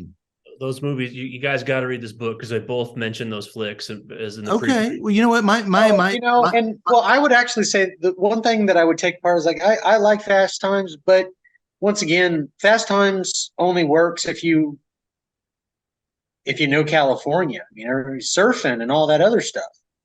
But the thing I love about Dazed and Confused, if you took it outside of Texas, if you said don't do an accent, well, it could have been Indiana. We don't know. It fits so well anywhere. It's universal. I think the danger that we run into, though, is that I grew up in a very small town, and so we were cruising. We were literally going around the mall, down the main drag, around Sonic, back down the main drag, around the mall, and we would just do that for like hours upon hours, just trying to find something to do. They don't do that anymore, and so I wonder if like today's younger people are looking at that going, what the fuck is a drag? What's up with all this hazing stuff? You can't do that. I wonder if now Dazed and Confused has lost that time. Was just like I'm critical of American Graffiti, saying it's lost its voice. I wonder just how long Dazed and Confused can have a voice with younger audiences. I think it's more universal, and I think it'll have legs well beyond American Graffiti. I look at, like you said, American Graffiti's big with film buffs. I I look at that as like, people that when they talk music constantly reference like You son of a bitch. Elvis Costello Oh, or okay. oh, I'm a big early Dylan fan. And it's like it's just one of those things you say, but and our fifth member Fritz Beer, one of my most respected musical references, he and I get into all the time like nobody's nobody can fucking name 5 Elvis Costello songs. It's just something you say to sound smart when you're talking about music. And that's kind of how I look at Diner and American Graffiti. Like, oh yeah, you love it. When's the last time you watched it? Oh, once in college. Give me a break. Nobody is popping in American Graffiti or Diner and watching this shit repeatedly because it's aged itself out. It wasn't. It's you might as well watch a fucking episode of Happy Days for God's sake. Which Yeah, and even then, like, reference, hold on. everybody was like, "Oh, Wolfman Jack was iconic." Really, when's the last time you've heard anybody mention Wolfman Jack? But you can walk down the street, go, "All right, all right, all right," and people know exactly what you're talking about. So I got Sure. to bring it back full circle to what I mentioned before the show. Obviously, the movie's called Dazed and Confused. Richard Linklater in his soundtrack initially, and Cade, you'll really appreciate this. On one of the pages, it shows all the songs he wanted to be in the soundtrack. Elvis Costello. There were no Elvis Costello songs, Tut, but there There were was about 72 Elvis Costello songs. there were, I don't think he has that many. There were 4 or 5 different Led Zeppelin tracks that he wanted to use. Yeah. And of course, as you pointed out, they're notorious for not wanting to let anybody play a song in their movie. If you watch the Fast Times at Ridgemont High audio commentary, they actually play a Led Zeppelin song in there, but that was because Cameron Crowe knew members of the band, so he was able to pull a favor. But they still were notorious for not letting anybody use it. Apparently, Linklater got a hold of Jimmy Page, who said, "Fine with me. I'm good. I'm cool, but you got to get Robert to sign off on it too." And he said Robert Plant gave a vehement no. And I guess at the time, Linklater said something like, "Well, Jimmy Page was pissed off." So he was like, "Well, Jimmy Page was the real talent there. Robert Plant's just a construction worker with a nice voice," or something like that. That's what Linklater said. Yeah, he apparently called Robert Plant either like a gas station worker or a construction worker with a nice voice. Just said Jimmy Page was the real. You know And what? then- Not bitter at all. Robert Plant apparently moved to Austin later, and so Linklater later is like, "Yeah, I said that shit," and he was like, I always heard you'd see that guy stumbling around the Whole Foods or whatever, picking out his beats, and I was always afraid I'd run into him or something." You know what though? I always kind of respected that universal nobody's using our music because the Doors have done that. You'll never hear a Doors song in anything, very rarely, without all 3 surviving members doing that. And I knew that Led Zeppelin was very, very much in that vein, especially I knew the Dazed and Confused stuff. Come on, baby, ride my tires. Michelin tires. Come on, baby, ride my tires. But then I remember this. It was a while back, but all of a sudden, Led Zeppelin, I'm watching the Super Bowl or something, and there's like a Pontiac commercial, and it's like immigrant song. It's like, go to the earth and snow the wind. I'm like, oh, well, really? You wouldn't let fucking Richard Linklater usually, but fucking Pontiac or whatever the hell it was? Like, so I'm guessing 30 years they ago, all got 3 cars. The money. 30 years ago, they didn't need the money, and now they do. But then it was funny because apparently when he said that, apparently that got back to Robert Plant, that he called him that said Jimmy Page is the real talent and he's a construction worker with a nice voice. And apparently that really hurt Robert Plant's feelings.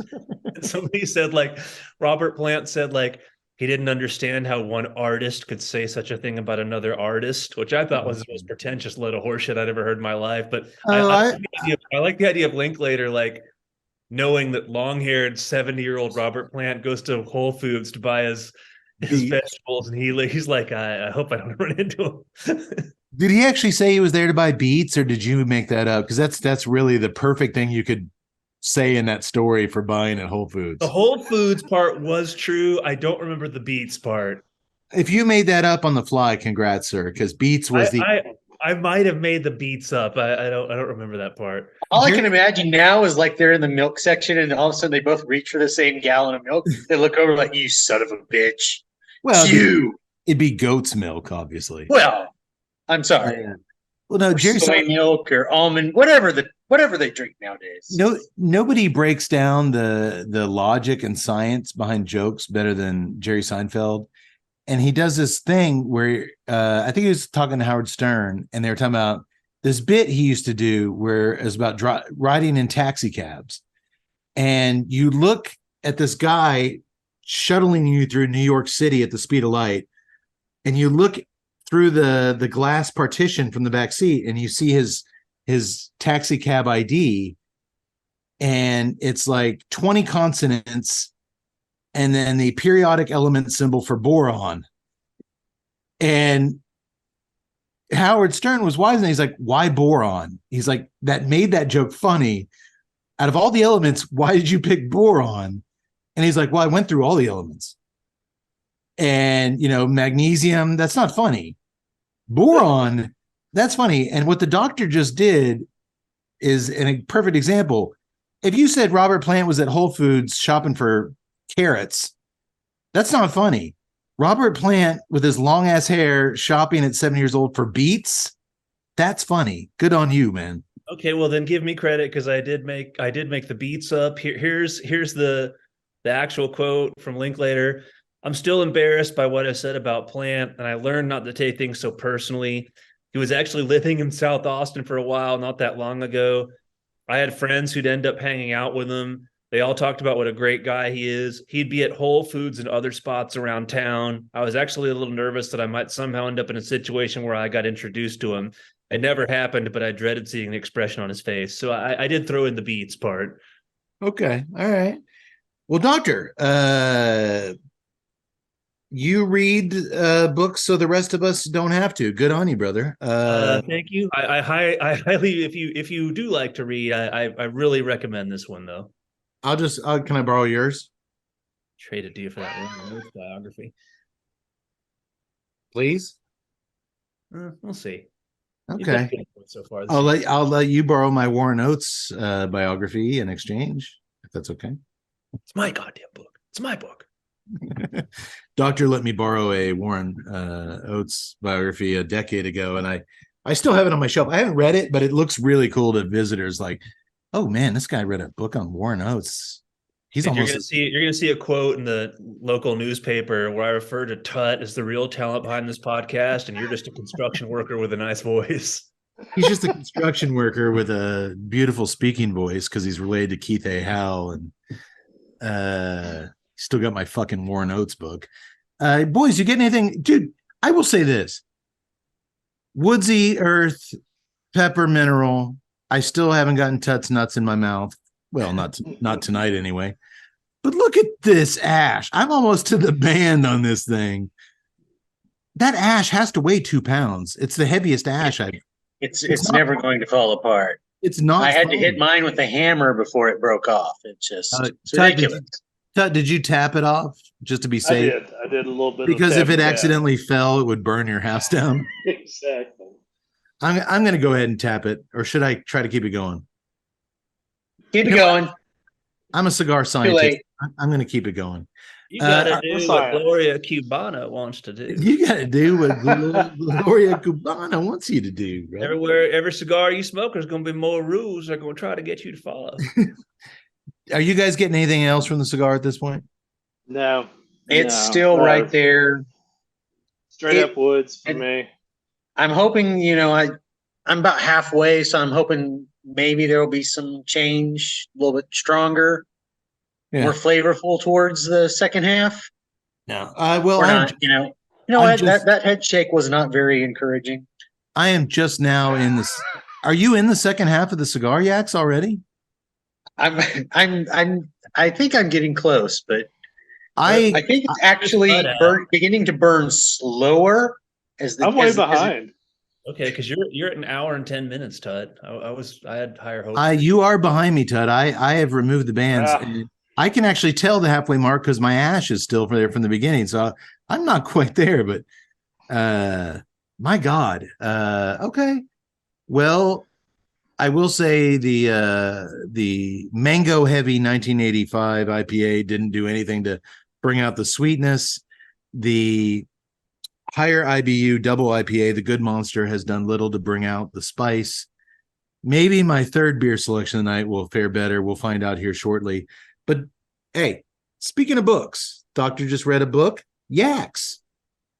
You recently have been watching an HBO series based on a book series, His Dark Materials, which surprisingly is not about that stack of highly questionable magazines you found in the doctor's nightstand years ago. Am I correct? This TV series is not. I think there's another one. It's like His Dark Materials asterisk. That might be about that. No, this one actually is good. None of you have any proof. Yak saw what he saw. Just keep on living, Doctor. Just keep on living. No, it's a good series. They did. I think they did a good job with it.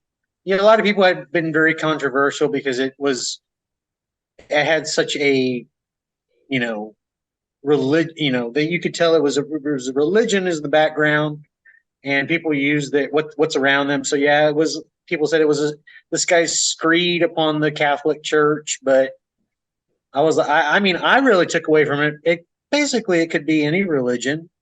There's going to be those who adhere so strictly they push everybody else out. But the other thing, I do like the effects. I did like the story. I never.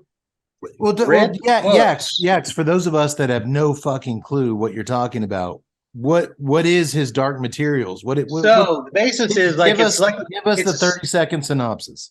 All right. So imagine a world semi-magical, but not.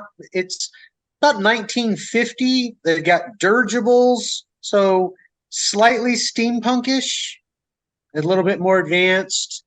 You've got a large world. Did you say gerbils? Dirigible. Hot air balloons. They travel by hot air balloons. Everywhere, like to the store? No. I can't do this with you. Oh. No. But they also have sort of this kind of magical, these people in this world, they all have what they call a demon, which is effectively their spirit animal that travels beside them. Okay. So it draws from a lot of different sources in that. And of course, their spirit animal, everybody can see them. Their spirit animals talk, and people can see and interact with them. You're stuck for your entire life with this spirit animal following you around? Yes. Do you get to choose your spirit animal? It's assigned. My spirit animal is a you get to well, when you're younger, your spirit animal can change shape, but once you reach a certain age, the form of the animal stays as one thing. Like that's what it's always going to be. So it sucks if your spirit animal is a slug, and the other guy has a panther, an eagle. My spirit animal is a mountain lion. What's yours? I got a grasshopper. Is there a guy with a slug for a spirit animal? Well, there's people that have insects, spiders. That sounds terrible. Butterflies.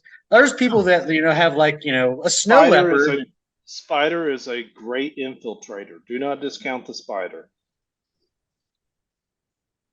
But I'm also going to say, because of the spirit world animal, if these people came to my world, the first thing that would happen would be book, smash I killed your spirit animal. You just took a magazine and crushed my spirit animal.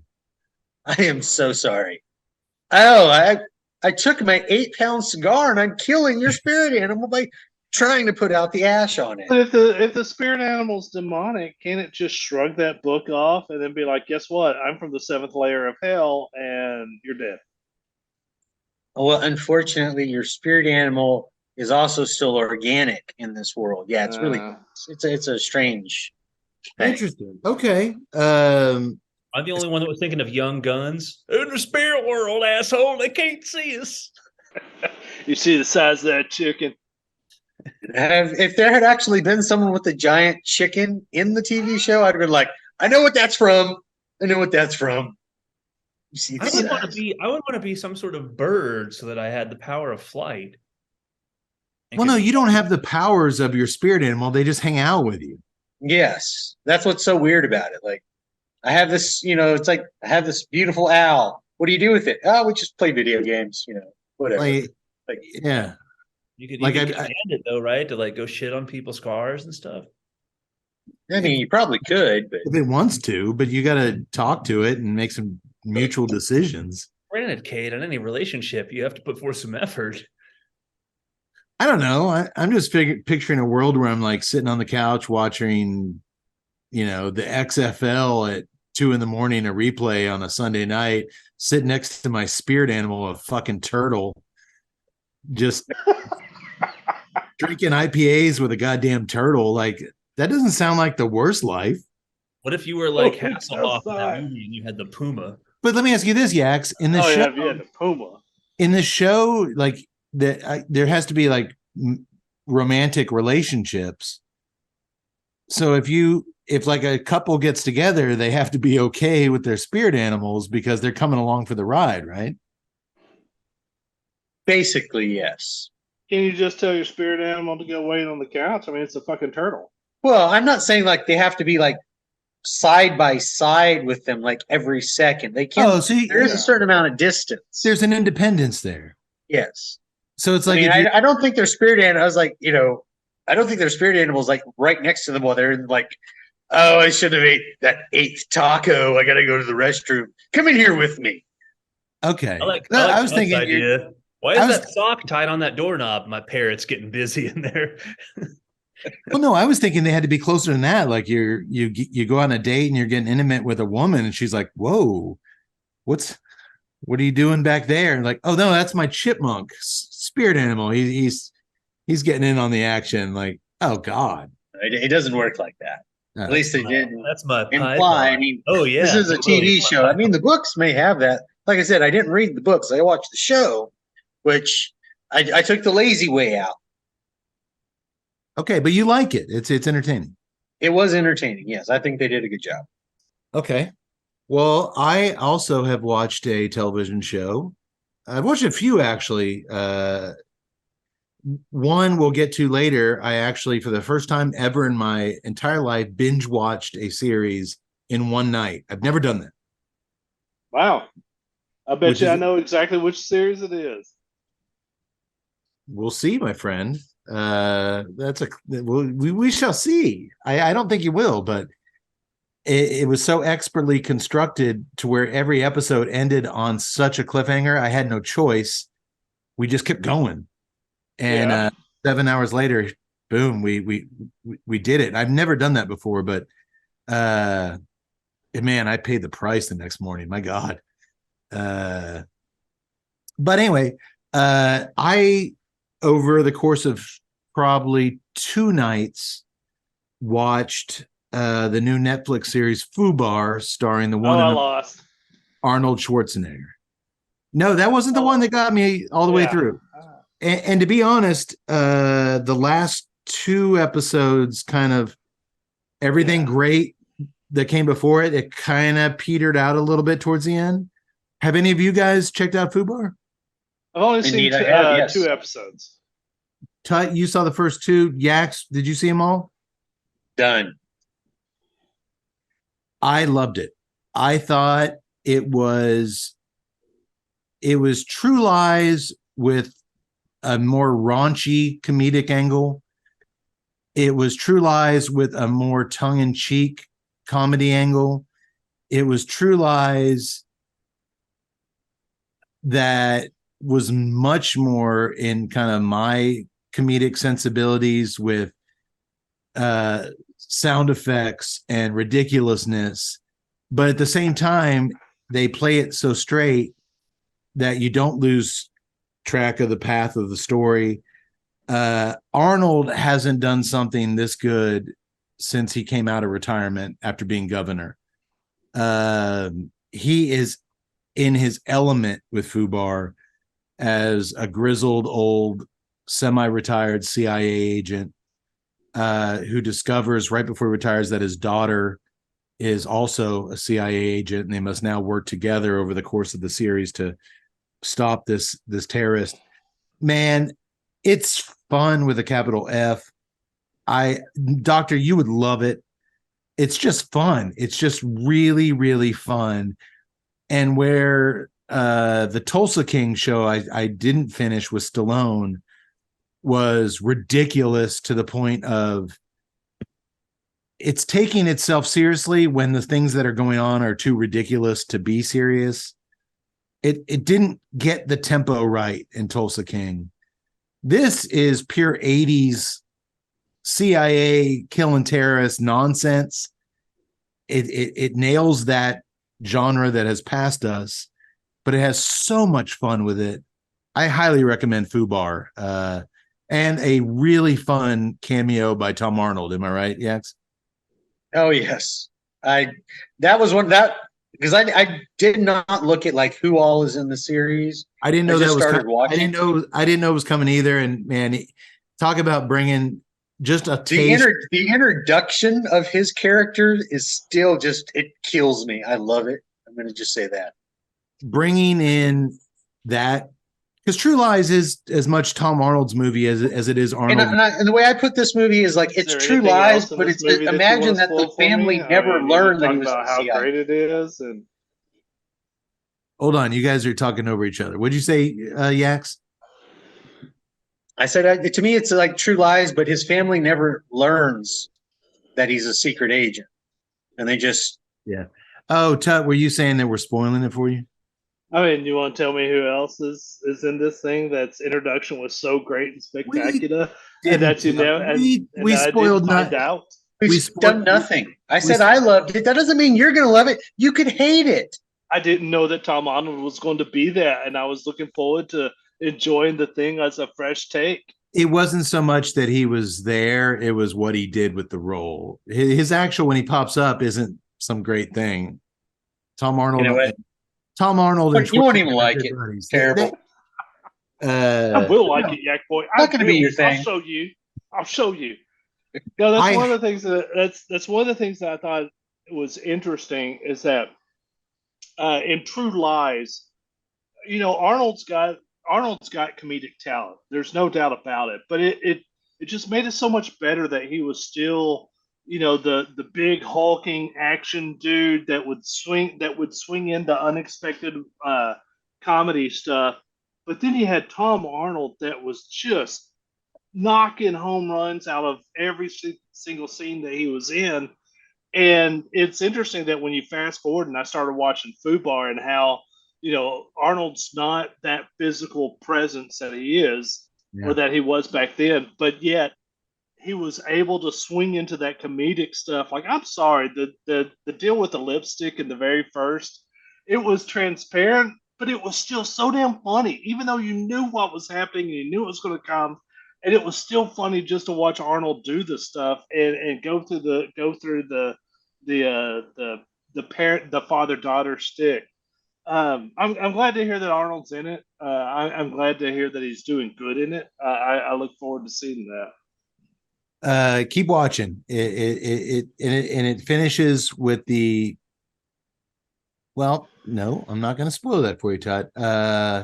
Just watch it. I think you'll like it, Doctor. I think you'll like it. The scene that the Tut referenced when Arnold finds his daughter's lipstick container, but it's actually a vibrator, and he can't get it to turn off, and they're having this father-daughter moment as her vibrator's shaking all over the dresser. Like Tut said, you can see the gag a mile away, but it's been done. It's been done before, and you see it coming. But it's still so funny when they do it. It is, and I thought the question. chick that plays his daughter is very good. She handles the every aspect of it really really well. Quick question. Obviously he still lifts weights and everything, but now he's almost like 75. Does he still look like he's at that age, like he's in shape? I mean, obviously you can't Oh stay. yeah. Yeah, no, he I looks mean, great. given everything else, I mean, yes, he still works out. I mean, The running gag in the show is his cover from being a CIA agent all these years is that he owns this gym equipment business. And there's a scene where I don't know why it made me laugh, but he and his daughter have a lot of conflict, and she's like, "You're just a 250-pound moron that blah blah blah," and he was like, "I'm 220 now, and it's all lean." It's like it's a different Arnold. It's an older And Arnold. just to be clear, I'm comparing 70s Arnold to 40-year-old Arnold. 70-year-old Arnold is still way more jacked than any of us. oh I was yes, just curious because I mean you get older, and I mean it's inevitable. Yeah, yeah. But Lord, yeah, don't I know? definitely check out Fubar. Well, hey, speaking of Arnold, have y'all watched the Expendables 4 trailer yet? Yes. Sadly, Arnold isn't in the upcoming installment, but they have added a bunch of terrible performers to fill his place. One of which naturally is Megan Fox, because when you sit down and think of tough, hardened mercenary types, Megan Fox comes to mind almost immediately. Yeah. Hey, that sounds like one of my drunk theories come to life, doesn't it? Like drunk theories gone haywire. Megan Fox, hardened mercenary. well, I Well, the thing think is, I wake up in the morning, I'm like, that's a terrible idea. Hollywood's like, yes. I think what they're doing Yes. is more like a Moneyball pitch. We can't make up for Arnold, but we have to make up for him in the aggregate. So, how many people can we put Well, together this to make up for Arnold? the trailer is terrible. It's basically Jason Statham climbing all over a bunch of tanks, just punching dudes in the face. He's the You got- only one that can. You got 50 Cent in there. Yeah, Dolph Lundgren's like sitting on a log, just doing Did nothing. you see his hair? Did you see Dolph Lundgren's hair? He's got these like flowing locks tied in knots. But you know what? Getting back to the Megan Fox thing, I'm watching it and I'm like, all right, this is an idea so bad, it couldn't possibly happen more than once, could it? Megan Fox couldn't possibly play a tough, hardened mercenary in another film, could she, Doctor? Yes, she could. 2020. I watched it a couple of weeks ago. There's a movie called Rogue. And in the I almost watched that. I didn't realize that was her, Megan though. Fox is described as a battle-hardened mercenary. And it's not part of the US Army. It's literally like Dutch's team in Predator. It's an international group. Shadow Ops. She's got like an Asian guy, a South African guy. They're a team of Black Ops mercenaries who go to Africa to try and rescue a British teenage girl who's some rich politician's daughter, who's been kidnapped in a human trafficking scheme. So they go to Africa, get in a firefight trying to rescue her, run out of ammo, and as they're looking to escape, and their initial helicopter gets shot down. All this happens in the first 5 minutes. Then they happen upon a place where some poachers had been, and the lions that the poachers had been keeping escaped and killed them. So while they're trying to escape from these African terrorists who are involved in human trafficking, they now have to deal with some CGI bloodthirsty lions that have escaped from their cages. Oh, yes. So as I joked with Kate about this, we know Megan Fox is a hardcore mercenary because she wears a Yankees cap. She's got a Yankees ball cap on. She's stunning. She's a beautiful woman. She just walked off the runway in a camouflage t-shirt, but she's got a Yankees cap on. Does she turn it backwards when she's about to blow somebody away? No, she's just straight up Yankee cap.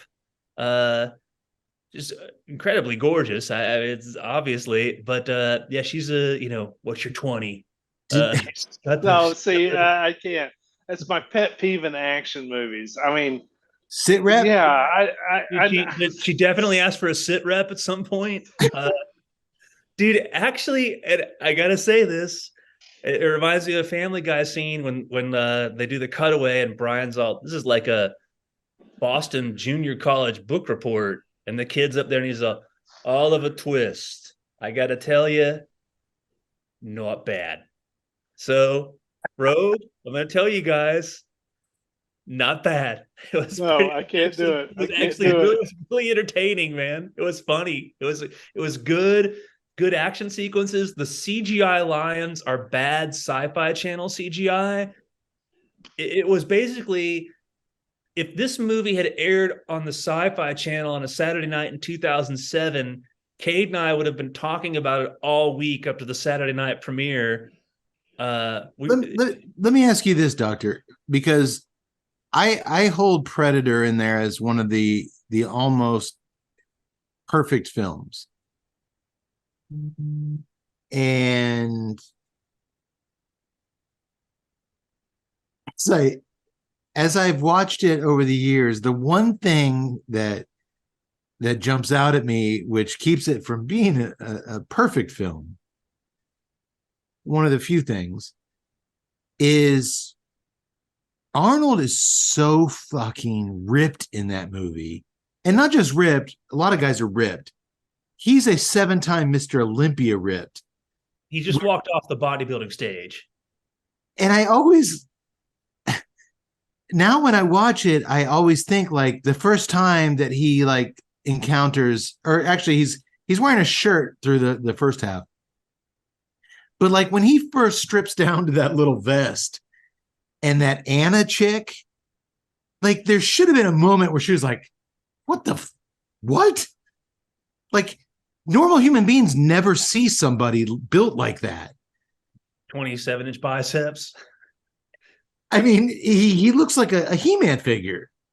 And it's like no one reacts to how crazy muscular he is. Does anyone in Rogue comment on like, you sure don't look like a hardened shadow ops mercenary? Like, do they make any kind of cracks on just how she's so gorgeous? No, they play it straight. In fact, all the hardcore mercenaries, there's one of her pals is this hardcore South African dude. They all call her boss. What's next, boss? No, So she's the lead. No, she's the leader. I can't. No. Yeah, she's the lead of this mercenary team. They're following her lead. It's all, what next, boss? No. What next, boss? Just give me your sit rep. Well, do they ever get her sit rep? I gotta know. I believe that they're well, of course, at one point, because they're trying to call for evac, and she's talking about they need to get evac. We've got to get comms up because we've got to. All right, boss, I'm on your 6. Yeah. By the way, evac is evacuation. They I'm just so you understand the movie better, Doctor. And comms is they got to get their communications. Yes, I understood it. I understood that. Yes. Okay. Well, hey, we got to be careful what we're saying here. Just, I don't want. I don't know if you know this. Megan Fox is engaged to Machine Gun Kelly, and that dude has not only robbed banks, he's kidnapped people. He's tough. This dude is a tough motherfucker. I don't want him on my bed. No, that dude was done early 20th century. Okay, dude, Tut's gonna hate this. But I'm gonna go ahead and tell you. Please as far as acting chops go, is Megan Fox right for the part of a hardened mercenary? Of course not. She's good in the movie, man. She's really good. Like as far as delivery, you can't. As far as her job as an actress, her delivery and doing what the part asked her to do, she doesn't look it at all because she's fucking beautiful. And she never, at no point does she look, even after she's been out in the African bush for 24 hours, does she still not look beautiful? But she's good at it, man. It's a fucking entertaining movie. I recommend Rogue. I don't know how that's going to translate to. There's two things. One is kind of like a criticism I heard about Hemsworth in Extraction. No matter how much blood, dirt, and mud and shit you wipe on the dude, it's still Chris Hemsworth, and he still looks good no matter what. Same thing with Megan Fox. Same thing with this movie called Mother, where J Lo plays this hard-nosed mother who's doing everything to protect her child, and I'm just like, dude, you're a pampered diva that's like well documented over like 3 decades of this stuff. You can't cast her in this hard nosed part and expect me to believe it. I now I will prejudge Rogue, but it depends on one, can she hold a gun? Two, does she look like she's fired a gun before? But I just can't think of any universe where she is the hard nosed mercenary, where other hard nosed mercenaries are looking at her going, I got your sit rep, boss. Now, I can't see them saying I'm on your six, but not the sit rep. Oh, I'm going to go get with on. this. I get on her 6 and her 9. Rebuttal, Tut, is that I go with she just doesn't look the part, but she plays it. She does everything the right way. At no point is she like sitting there fumbling around, pointing the gun backwards, like, oh, I don't know what to do. No, she plays it the right way. She just doesn't look it at all. I'm sorry. It's like 110 pounds of Megan Fox, and she's supposed to. To Cade's point, after 24 hours in the jungle, how are Arnold's biceps still pumped and veiny? Because he had dumbbells over there and he was just doing reps in between each take. I don't know. I was actually completely enamored with Jesse the Body's biceps. I hardly looked at Arnold's. Doctor, how was her trigger discipline? I would say she had good trigger discipline, but eventually they run out of ammo and she's got to start using her noggin, and she's got that in spades. Oh no! I'm even out of that. No. Oh, see now Machine Gun Kelly's going to break out of Alcatraz and come for Tut. You don't want this. You don't want this guy on your ass, Tut. Watch what you're saying. Yeah, Machine Gun Kelly, get on my 6. Yeah. All right. Well, hey, I recommend watching Rogue. I do not think that this is going to prepare anyone for the absolute shit rain that Expendables 4 looked like, but Rogue, taken on its own, was an entertaining movie. Okay. Yeah, E4 looked. Well, hey, speaking of celebrities who are such celebrities that you have a hard time buying them on screen, because like you mentioned with J-Lo, you know so much about their personal lives that it's hard for you to buy them on screen because you know about their fitness regime and where they buy their coffee, and it's hard to transition that thought process into them being a believable character on screen.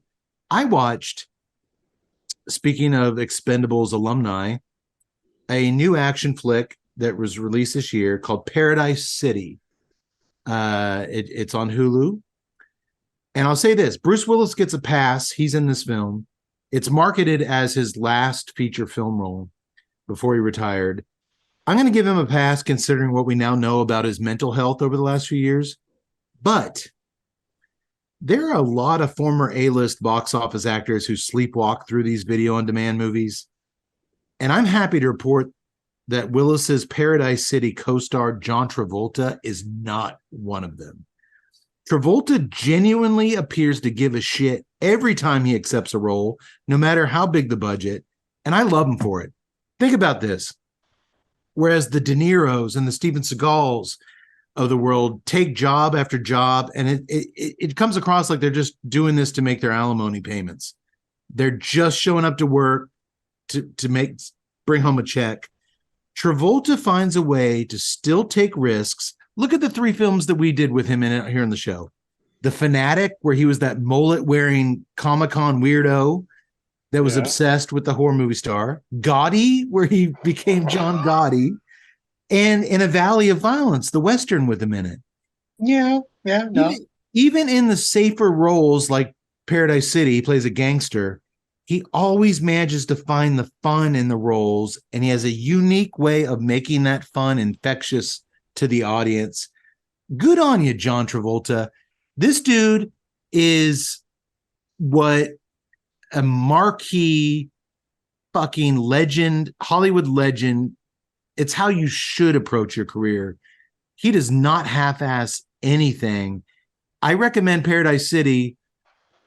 It's sad to watch Bruce Willis's last screen credit, knowing what we know now. But Travolta comes to play. And I'll say this, while it's advertised as being Bruce Willis's last screen role, if you have a hard time watching the 20-something films he did over the last 2 or 3 years, which we did one on the show, I think last year, the space one. Yeah. I forget the name of it now. It was Breach, right? Breach. Yeah. I will say this. I recently watched the 2018 Death Wish remake with Willis. That was a good one. As Paul Kersey. And I'm going to consider that 2018's Death Wish as Bruce Willis's final theatrical appearance. He comes across in that film completely invested in the flick, in his character. Old Bruno showed up to play in that movie, and I was amazed, especially because it's an Eli Roth movie, who I normally hate his flicks. Willis came with everything he had in that movie, and I'm gonna remember. What's that? Yeah, Eli Roth directed that. Oh wow, I had no idea. Because I wrote a review of that. You wrote I was about to say, wait, you wrote the review. Tuesday Night Cigar Club website. The doctor reviewed a film where he was completely unaware of the director of the film. I wonder how that happened. Hardened film reviewer John Mincy. All right. Cut it, don't matter who directed it. All that hey, you called me earlier that morning. Get your NYU baseball cap on, Nancy. That way we know you're a movie reviewer. Doctor, you called me that morning asking for my sit rep, and I didn't answer, and I think that's what happened wrong. I'm going to give you a pass. But dude, bombs were down. That is the last film that I saw Willis in, where I'm like, "There's my Willis. There he goes." I was surprised. I love to hear that about Travolta, though. The one thing that I will say is that I might not enjoy some of his films, but I always enjoy him in them. And I love the fact that they're not all derivative of Vincent Vega. He brings something new each and every time. He actually never went back to that well. Yeah. Never did a riff on Vega after Vega. There isn't like, it's not like Willis being Willis or De Niro being De Niro. You never say Travolta was just being Travolta. He always brings something different. He tries new things. And I'll be honest, it is a little jarring. This was the first Travolta movie. A few years ago, he ditched the toupee. And this is the first movie I've ever seen him in with a bald head. Yeah. And that, honestly, it should be. You're used to seeing a movie star a certain way. And that was jarring for maybe 30 seconds, because the minute he smiled and brought on his unique kind of charm, and a little bit of it wasn't an accent, but he just tried to bring, I'm going to do this character. What haven't I done before? Let me have fun with this. And he fucking nailed it, man. And he is able to get me to forget, unlike J-Lo, unlike Megan Fox, Travolta is able to make me forget I'm watching John Travolta for 90 minutes. And that's hard. Well, that's hard. To be fair, Travolta doesn't look like J-Lo or Megan Fox. By the way, I just looked up my review, and I do mention Eli Roth as the director. It's in one of the last paragraphs, but I was cognizant of that fact. Hey, I was starting to think it was one of my drunk theories that Eli Roth directed Death Wish. I'm like, maybe I just made that. Maybe I just made that up. Well, hey, speaking of Travolta's Western from a few years ago, and speaking of old action stars, Tut, you recently checked out a new Western called, ironically, The Old Way, starring another box office action hero from decades past, Nicolas Cage. That's right. Did you like it? I did. I liked it very much. That's very much. It's not a bad Nick Cage you just did. It was fun. It wasn't Nick Cage being Nick Cage. He wasn't all crazy Nick Cage doing crazy things within the old West. It was a very refined Nick Cage. It was a Well, I very mean, refined like, character. dude, like, what do they get? The horse is riding him. Like, like, how much crazy shit can you do in the Old West? I don't know, but Nick Cage can find a way for it to be crazy in the old West. He It rode was a straight. It was a It was a saddle. straight up Western. The thing I liked about it is that they explored a little bit, very surface level of an interesting psychology of like what somebody who doesn't really feel the emotions like other normal human beings feels like, and how they cope with that.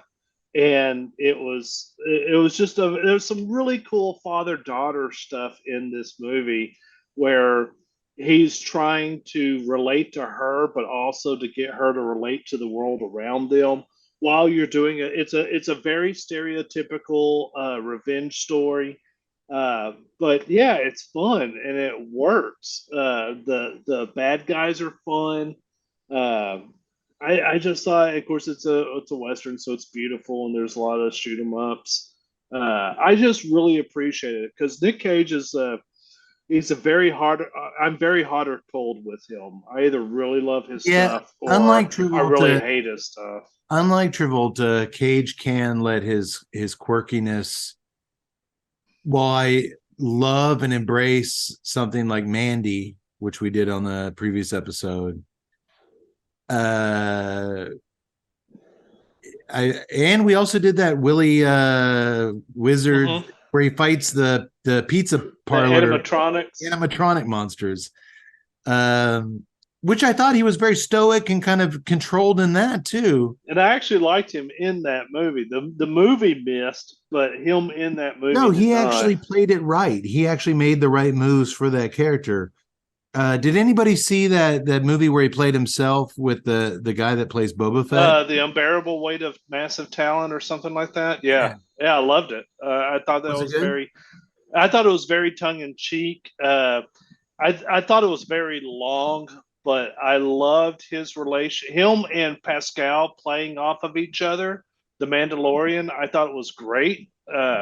Nick Cage being Nick Cage, being the self aware. I mean, it literally is Nick Cage playing Nick Cage, and I just thought it was fun the way that they went through it.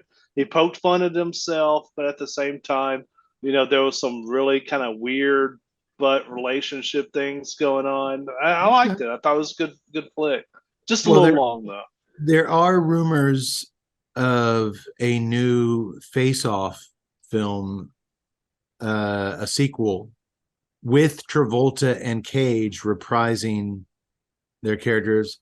Face Off was one of the most unique, groundbreaking action films to date. Probably my second favorite John Woo film. It was so what Travolta and Cage did, becoming each other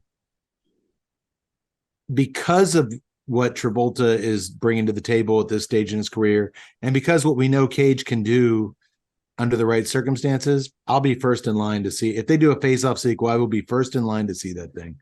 I will wait till after you see it. Okay. Wait, that's a lot of films that we've seen over the last few weeks.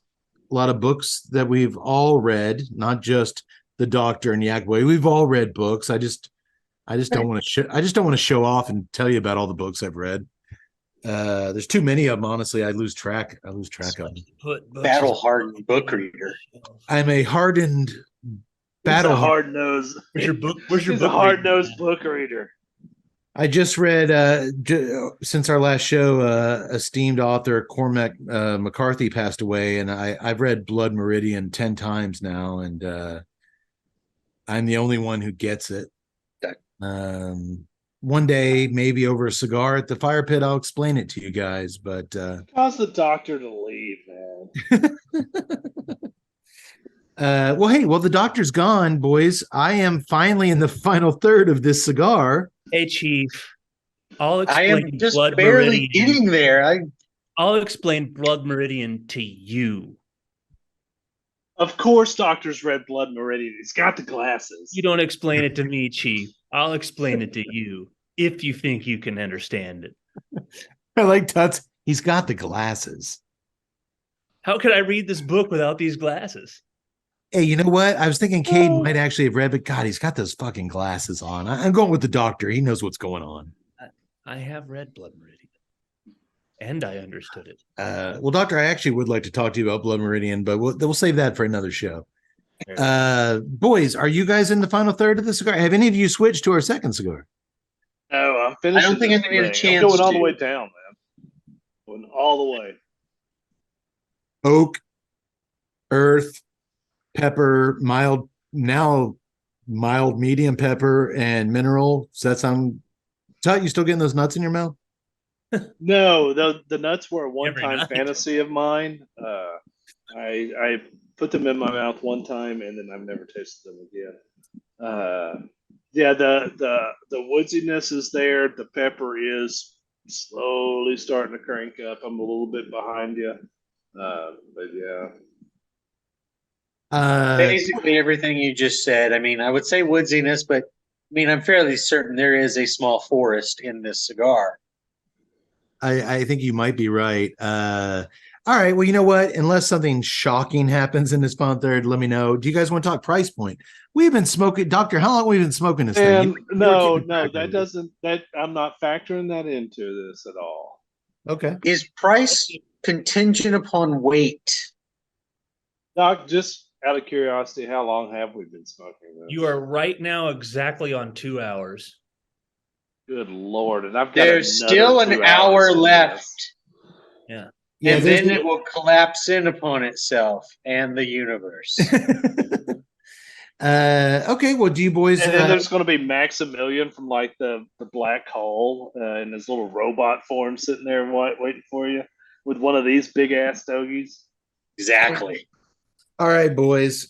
Guess the price point on this monstrous thing you've got in your mouth.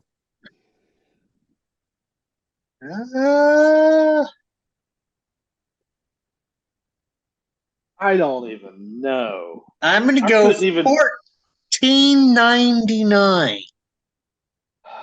Think how much tobacco it takes to make this goddamn cigar. I'll go. You're right. You're right. $15.99. I'm going to reread Blood Meridian while you guys figure it out. You could read Blood Meridian in the time it takes to smoke tonight's cigar. That is true. I'll go $11.99. I mean, it's cool. Never mind. All right. Let me take a guess.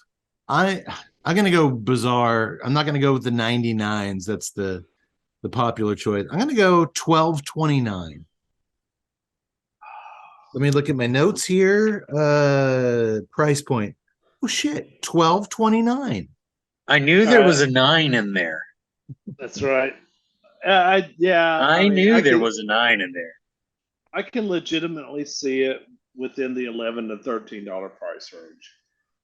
Anything above that 13, and I'm like, go slap yourself with this cigar. If you like a long cigar journey that isn't a surprising journey, what you get in the first inch, you're going to get in the 7th inch, bang bus style.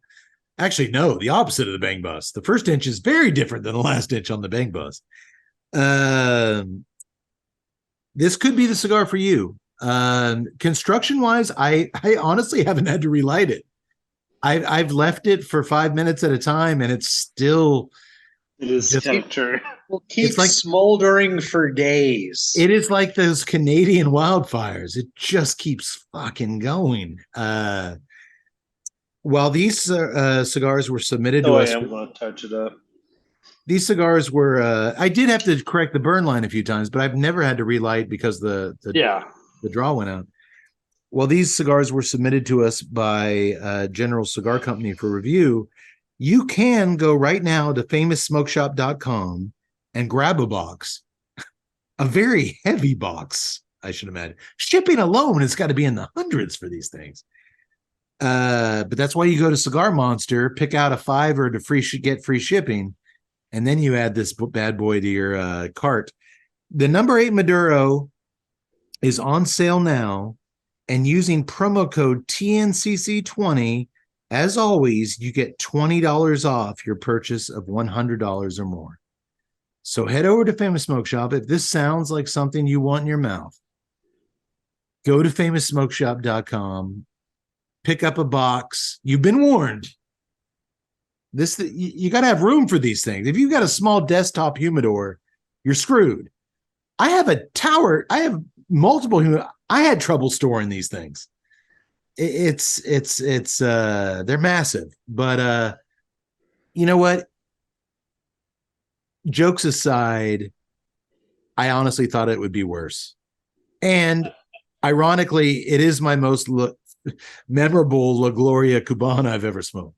All right, so here's a couple of things with that. One, I don't know exactly what kind of a compliment is to say. I honestly thought it would be worse, but I actually hold that compliment as well. I did think it was going to be worse. I've had Gloria Cubana in the past, and I'm sorry. I don't remember any of them. Coming into the last half of this thing, I mean, the flavors are getting more potent. They are sticking around a little bit more. That wood is kind of sitting there in there. And, at that price point, it's not a bad option. I've smoked way worse at higher price points. I guess the thing that's confusing me with this thing is like, who is this marketed to? Like, what is the demographic profile that's like, I want to go into a humidor and pick up that big ass bastard? I think, to go back a little bit, I think it's the Bud Light smoker.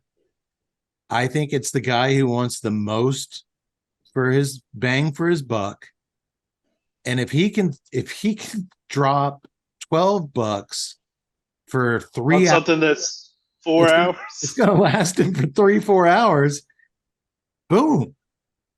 This is really your only option. That's true. And like I said, once you get into that second half, it's not bad. I mean, okay. Oh man, I don't know. We do have a second cigar. Whenever the first one of us decides to go for it, I will introduce it. But I would first like to introduce our film tonight. We still do. Seems like we've been doing this show forever. We're just now getting into the film. We still do a film. And tonight's film, as I mentioned, is a film from earlier this year, Cocaine Bear. Before we dig our claws into Cocaine Bear, have y'all seen the clips of the, speaking of me scrolling through the news, the serial bear harasser who's been posting videos of himself? This guy goes around Yellowstone Park. He sees a bear while his buddy films him, tears off his t-shirt and runs out to the bear and growls at him and makes fists at him. Please tell me the bear mauls the fuck out of this dude. He's posted 3 videos. The last video, the bear actually charges him. 3 different bears, 3 different episodes. The last one, the bear actually said, fuck this dude, and starts charging at him. And the guy's like, oh shit, runs, get the car running, runs up and gets in the car and they drive off. Fuck that. I want the bear to win. I think everybody watching these wants the bear to win. You want Darwinism to kick in at some point and eliminate some of these tired of humans, brain dead planks from the earth. Agreed, Tut. What a jackass. Yaks, though, before we move on, I believe back in high school, speaking of Dazed and Confused, our senior year, you were voted most likely to become a serial bear harasser. Am I right in that? That's in the yearbook. I don't think that's true at all. I voted you that. Was I the only one? Doctor, did you vote for so? No, I don't remember that. I thought one of you was voted most likely to be eaten by a bear. That was me. Yeah, Okay. I was going to say that's not going to be Yaks. Yeah, that was me. Okay. Well, tonight's film was written by a very talented guy, apparently, Jimmy Warden, and it was directed by actress Elizabeth Banks, who, for my money, is just as hot as Megan Fox. Am I right? But is she battle hardened? No. And I don't think she will be in an Expendables flick at any point. But her work in this film, she should be directing an Expendables flick with some of the She actors. could. If Yes. she's hot, which one? I'm trying to remember the hot chick is. Is it the park ranger? No, she's not in this film at all. She directed. Okay. She's been in films such as Wet Hot American Summer, Wet Hot American Summer 2. She's been in a lot of like romantic comedies. Before this, she directed the latest Charlie's Angels movie with the chick from the Twilight movies. I didn't see that. And she also directed the musical comedy Pitch Perfect 2. Again, I didn't see that. As an actress, though, she starred in a lot of comedies, which makes her a great fit to direct Cocaine Bear, because while it certainly is by definition a creature feature, it merely uses that genre outline to deliver a hilarious, over-the-top, ridiculous comedy that honestly caught me off guard by just how goddamn funny this movie is. I have not laughed this hard at a mainstream Hollywood theatrical release comedy in probably 10, 15 years. Oh yeah, and I agree with you on that, because there were just parts where I'm like, I had to rewind because I was like, wait a second, what the fuck just happened? Tut texted me. He was laughing so hard out on his deck, his wife came out to check on him to make sure he was okay. That's true. That's true. I went into this with such low expectations. I thought that all the funny parts were going to be visible in the trailer, like much happens.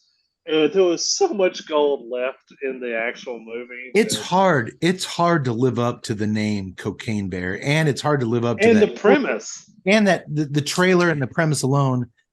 I felt like this film park seeded it, but before we share opinions, let's dive right into it and do a quick dive as we do these days. Normally, we would dig into the minutia of every single scene, every single little. I did not think that I was going to go through these beers as fast as I did, so I need to actually go in and re-up. Oh, so yeah, get your ass in there. Feel free to converse among yourself as I go get more of my delicious Bear King beer. Okay, get some more. I'll keep going. Well, we begin in 1985. Like 1985. Like my first beer selection tonight. As a small plane flies over Georgia's Chattahoochee National Forest, as it drops multiple red duffel bags full of cocaine out the side. As the coked up drug smuggler in charge of this operation straps on his parachute, does a little coke, and attempts to jump out and join his illicit cargo in free fall, he slams his head against the plane door and falls out, TNCC style, and falls out of the aircraft completely unconscious. And that right there is absolutely, I wasn't expecting this. I was like, all right, whatever. And I was like, perfect. Oh my God. This literally sets the entire tone of this fucking film. When he smacks his head and falls out, it's gold. And Tut, you missed it. The story takes place in 1985, like my first beer selection that I chose for tonight. I don't think that read Blood Meridian 1985 was the year it was published. I knew that. I don't think they had IPAs in 85. In fact, they did. Yeah, they did. What? The India Pale Ale was developed in early 1984, correct? Yes. Actually, it was developed in like 1894. Moving on. We'll later learn that the drug smuggler landed with a giant splat in Knoxville, Tennessee, still holding on to the 70 pounds of cocaine in the duffel bag that he had strapped to him. Meanwhile, two European tourists, Elsa and Olaf, are the first unlucky hikers to encounter the now coked up black bear. We get right to it. That bear, the cocaine landed in the forest and the bear's already dug his nose. He's looking at us. Why is he looking at us like that? They spot it. And it's the Game of Thrones redhead dude, man. Oh, is that dude from Game of Thrones? He's from Game of Thrones. He's one of the great characters. He's one of the great wildlings. Oh, okay. I gave up on that show. It was too complicated. I couldn't. Oh, he plays a great character throughout Game of Thrones. I would love to see him in this. He's nothing like his Game of Thrones characters in it, which makes it even better. Okay. Well, they spot the black bear slamming its head repeatedly against a tree. It's still getting used to the buzz of coke. Right before it starts humping the tree, it's a very horny black bear. Hence my choice of cigars this evening. And when it sees the two hikers, they make the big mistake of running away from it. And Elsa pays for that mistake big time as she's ripped from limb to limb. Apparently, black fight back when it comes to bears. Brown lay down. This is a black bear. You're not supposed to run. You're supposed to take it on head first. And they do not do that. I think that's kind of wrong. I'm not sure that that's what you're supposed to do. No, I mean, obviously, don't hold the Tuesday Night Cigar Club accountable if you encounter a bear and do the wrong thing. We're just telling you what the story said. Absolutely, because first of all, regardless of what the rest of the world says and our own government, don't go traipsing into the woods without a fucking gun. Because nature will eat your ass. Oh God! See, I just forgot that we'd already done some bear movies, and Yak Boy's motto of like, these people should have guns. These are hippie hikers on they're planning. They can eat their granola in hell. I will be in heaven because my gun will save me. A week earlier, they were buying beets in Austin with Robert Plant, for God's sake. They were at Whole Foods, just minding their own business. Those beets aren't going to save your life. Those beets aren't battle hardened. And then, very quickly, we're introduced to a bunch of characters in quick order. There's the veteran police detective, Bob Springs, who's assigned to the case, played phenomenally by Isaiah Whitlock Jr. He's just as concerned about his newly adopted fancy dog, Rosette, as he is about finding the missing coke. I will say this. I have tried repeatedly for the last 2 weeks to reach out to get Isaiah Whitlock Jr. on the show tonight. I sent him messages on Instagram, on Twitter. He's active on Facebook. I really wanted to pick this guy's brain because I think he's the star of the show.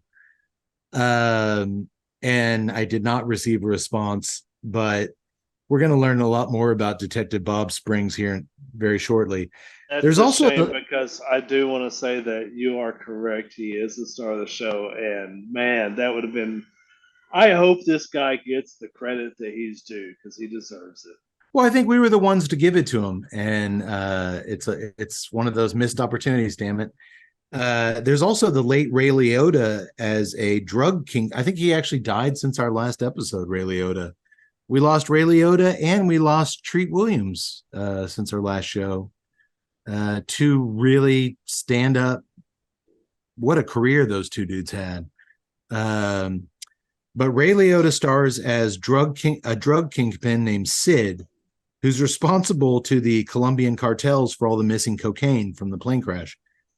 His underling, David, is played by the extremely likable O'Shea Jackson Jr., a.k.a. Ice Cube's son. Or as I call him, good. I call him Sonic Ice because he's little ice. He's little Ice Cube. Sonic That's Ice. great. Yeah, I get it. Is Ice Cube going to come after me now? I got Machine Gun Kelly and Ice Cube coming after us? Yeah, what's he going to do? Take off his cardigan and whip your ass? Oh, you're saying Ice Cube sold out? All right, that's the opinions of Tut are not reflective of the opinions of the Tuesday Night Cigar Club. Worried about the wrong thing because you know who's been looking for you for 2 solid years? Yeah. Dean Cameron, and he's got an axe to grind. Hey, I'll take on Cameron. Tut can have Ice Cube and Machine Gun Kelly, for God's sake. Sid's so he's got David working for him, and then Sid's inconsolable deadbeat son Eddie, who recently quit working in the drug trade with his pops, and he also just suffered the loss of his girlfriend from cancer. He's played by an actor named Alden Ehrenreich, who I had never seen before, And then Tut or one of you guys texted me and like, oh shit, that's young Han Solo. Yeah, he was in the Solo movie. I never saw that, but after watching Cocaine Bear, I caught young Han Solo on FX one night, and I actually watched the first 30 minutes, and I thought the movie and him were pretty good. Yeah, it's not Yeah, bad. I think it's a very underrated movie. Doctor, you might have reviewed that for the website as well. I think I did, yeah. And it's worth sticking around for because that Donald Glover, who does just an awesome young Lando Calrissian. Okay, well, Yes. I really liked this Alden character or actor in tonight's film. We'll get to him later.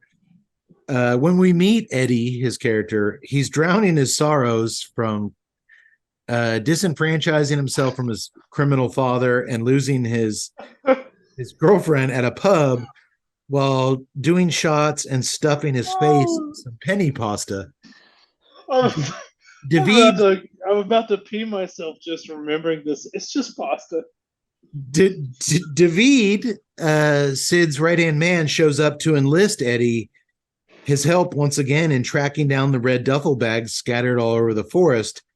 But Eddie's a total fucking mess. There is a great scene that Tut just alluded to where he's like, "Is that got like grilled chicken or whatever?" And he's crying. He's like, "Just the pasta." I thought he just goes, nah, it's just plain. Just plain. Yeah. He says it's so pained. He's like, it's just plain. No grilled chicken for Eddie or David. I just like the interaction that, like, it's a human conversation. Like, does it have the chick? No. And what I loved about it is that Star Wars, fanboys that just shit all over Han Solo. Part of their criticism is that this guy doesn't capture the gravitas of Harrison Ford, and his acting is wooden and it's stiff. And I'm like, look, you're not going to be satisfied with anybody that's playing Harrison Ford because it's not Harrison Ford. The kid did what he was told. He did fine in it. If you say that his acting is wooden and stiffened, don't you dare laugh at Cocaine Bear now. Don't be like, oh, this guy is great. If you're like, this guy was a moron a couple of movies ago. Fuck you. Well, first of all, I'm not sure how much gravitas Harrison Ford has ever brought to anything. He brought some gravitas to the Witness. He had some gravitas in Witness. That's about it. Maybe Mosquito Coast, but more than often he's just playing Harrison Ford. But hey, that's enough. He's Harrison Ford. Look, he wasn't quite where he was when he did Mosquito Coast. We can't go there yet. Well, hey, much like Dazed and Confused and another great flick, which I mentioned that starred director Elizabeth Banks, Wet Hot American Summer, this movie is cast perfectly. So bravo to Dylan Jury and Deborah Zane, the casting directors, for knocking this shit out of the park. I think the only other film I've ever given the casting I think the only other film in the history of the Tuesday Night Cigar Club, 8 years now, that I've ever pointed out the casting directors was the Everybody Wants Some, the Richard Linklater college flick about the baseball players. Yeah. Like, when you recognize that everybody on screen is cast perfectly, you got to shout out to the people that brought them there. So good on those folks. Speaking of which, Harry Russell of TV's Felicity, among other things, plays a small town Georgia nurse named Sari, who is busy at work while her young 13-year-old daughter, Dee Dee, and her best friend, Henry, ditch middle school to head off into the Chattahoochee National Forest to paint some rocks.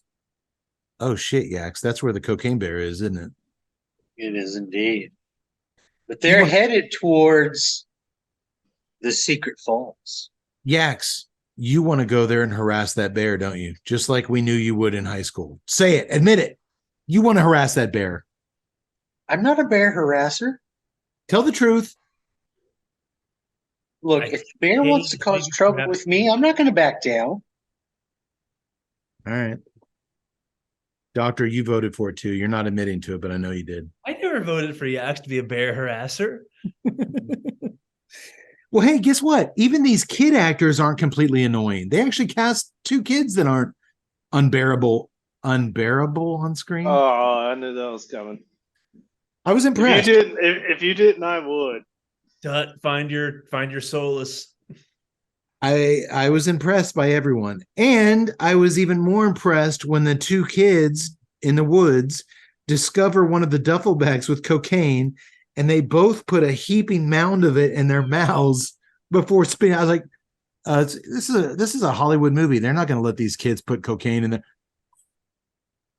Granted, they spit it out, but they're covered in cocaine and they ingest. Yeah, but what I love more than anything else is it's the classic. I get a knife and cut into the cocaine bag. Yeah, no, they've watched Miami Vice. They It's like I was like, that's Crockett and Tubbs, man. They stick the knife in it and do their thing. The only thing I would have loved if they had loved better if the little kid had been like, "Yeah, I saw this before. Got to taste it." Dude, full Scarface style.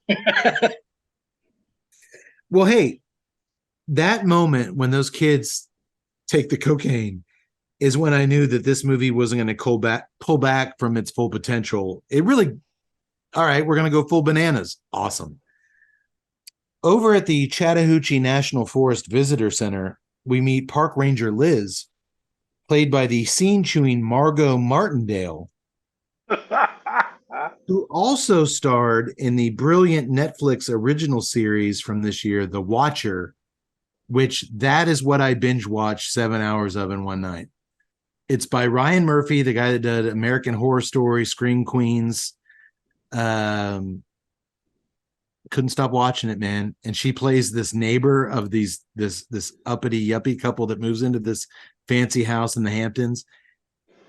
She is so good in that, but I had seen Cocaine Bear. So the minute I saw her, I was like, oh, she's going to be really good in this. And she was, man, totally different character.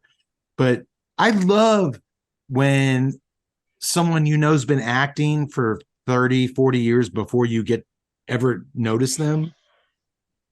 And they get a shot to be on a big stage. And it's like, she's so good.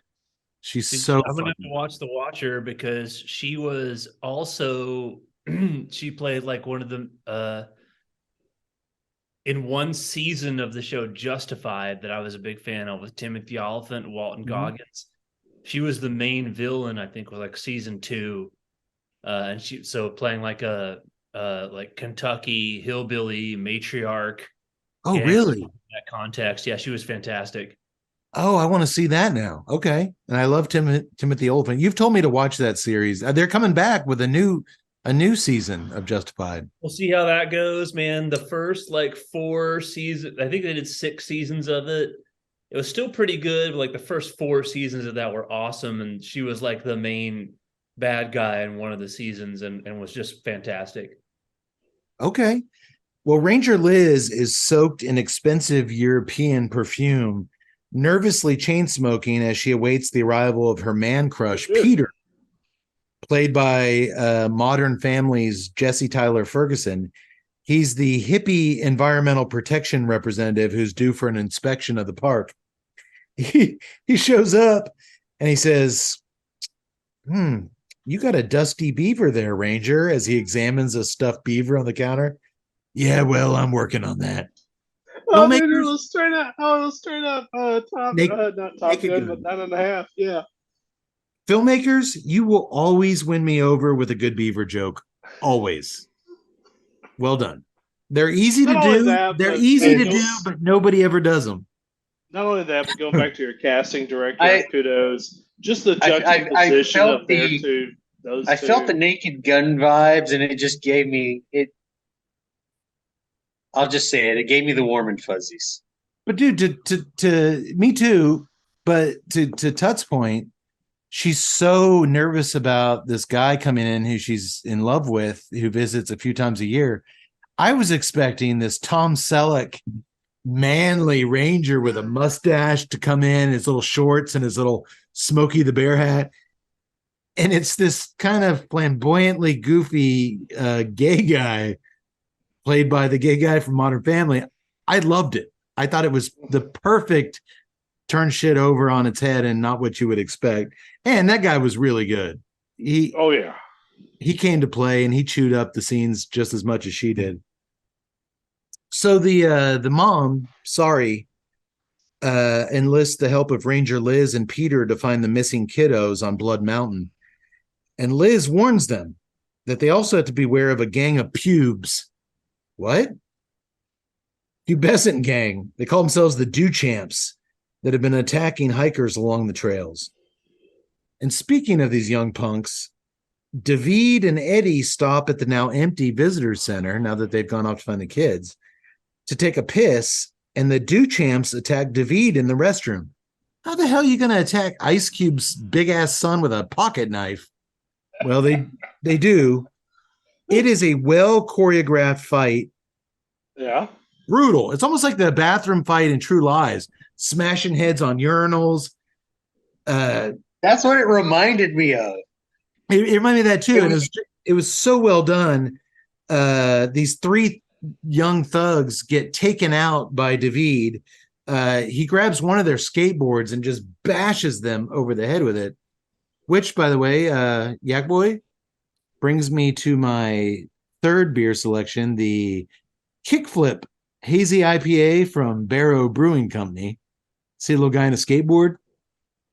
I couldn't help myself. It just fit. Good old Kickflip IPA from our friends at Barrow Brewing. They're in wonderful Salado, Texas. 5.6%, 40 IBUs, nice and smooth. It is my go-to summertime beer from Barrow Brewing Company. They're right down the road from me. Well, I normally love their Mystery of the Deep double IPA. This Kickflip has if I don't feel like the double, I don't feel like that much, or if I just have to go slow. This Kickflip IPA is awesome. And again, it features a little crazy looking guy on a skateboard, which Ice Cube's son uses to demolish the Dew Champs in the bathroom. But not before, though. At the end, he's like, they're all laying there unconscious, and he's like, fuck, they messed up his jersey. He's got his Jordans on. It's 1985. He's like, what the? Dude, they did get the pocket knife stuck in his back. There's a knife stuck in his shoulder, but he's a big dude. You know. Eddie enters the bathroom after by the way, kudos to Cube's son. He's so damn likable. I enjoyed him in Straight Outta Compton in the Ice Cube role. I mean, I hate to say it's kind of a gimmick thing, but I mean, to me, that's doing a disservice to the actor now, because watching him in this, which is not the same role. I mean, he's getting into different territory as an actor. And I just enjoyed it. Like you said, he's very likable. I didn't see Straight Outta Compton, but I sure I sure liked him on screen in this. I thought he balanced likability with the criminal persona. I thought he was great. Yeah. Well, Eddie in the bathroom, Eddie comes in and he finds a kilo of coke on the Dew Champs leader, nicknamed Stash, which is weird because he doesn't have a mustache. And the kid reveals finally, under some violent pressure, that they hid the rest of the duffel bag full of coke at a gazebo in the forest. He's named the Stash because he stashed the coke. No, but he said his name is Stash. Like, he's going to develop a nickname that quick. He just did that. That's like, it's just Ryder, man. Hey guys, it's got layers. Hey guys, call me Kickflip Hazy from now on. I just drank this beer. It can't be my nickname. I can do it. Anywho, he says they stashed the coke in a gazebo in the forest. A gazebo, says David. Yeah, it's a pavilion-like structure. I know what a fucking gazebo is, David barks out. Fucking airplane vibe, man. And then Eddie over by the sinks in the bathroom. I didn't know what a gazebo was. So they take Stash as a prisoner in search of the gazebo and the missing cocaine. There's a lot of little scenes like that, dialogue-wise, that just perfect. Speaking of missing things, Sorry, Ranger Liz and Peter find little Henry, who has climbed up a huge tree. He warns them that a crazy bear attacked him and Dee Dee, and then the monster took her. You know, the monster like in Yak It Boy and I's beer selection tonight. Suddenly, the monster attacks Peter, dragging him into the woods, but the hippie manages to escape as he flops face first into a giant pile of cocaine. Suddenly, imagine this, filled with energy, superhuman energy, Peter climbs up a tree at record speed as the bear takes a chunk out of Ranger Liz's butt cheek. She says she goes off running. Where are you going? For help. She's not going for help. Did you guys think when he snorted all that cocaine, Peter, that they should have sped up that film a little bit to where he just shot up that tree? No. I feel like he should have. It would have been like that little pie thing where he just like, yes, like I can do anything. I was waiting for what you. Makes this thing, I think what makes this thing so beautiful is how straight they play it, and don't go too psychic. To its credit, he did climb it unrealistically fast. True. The black bear charges up the tree to get little Henry, but then he smells the cocaine all over Peter's face on the tree next to them, and he jumps down and shoots up that tree to devour Peter to bloody bits. I mean, he's gnaws this dude in half. Yes. Doctor, one might say he had a half-life? I believe one would say that, Cade. Much like your beer selection? God, the pain he must be in from being torn in half by a bear. Doctor, do you think he'll make his next regularly scheduled inspection of the forest?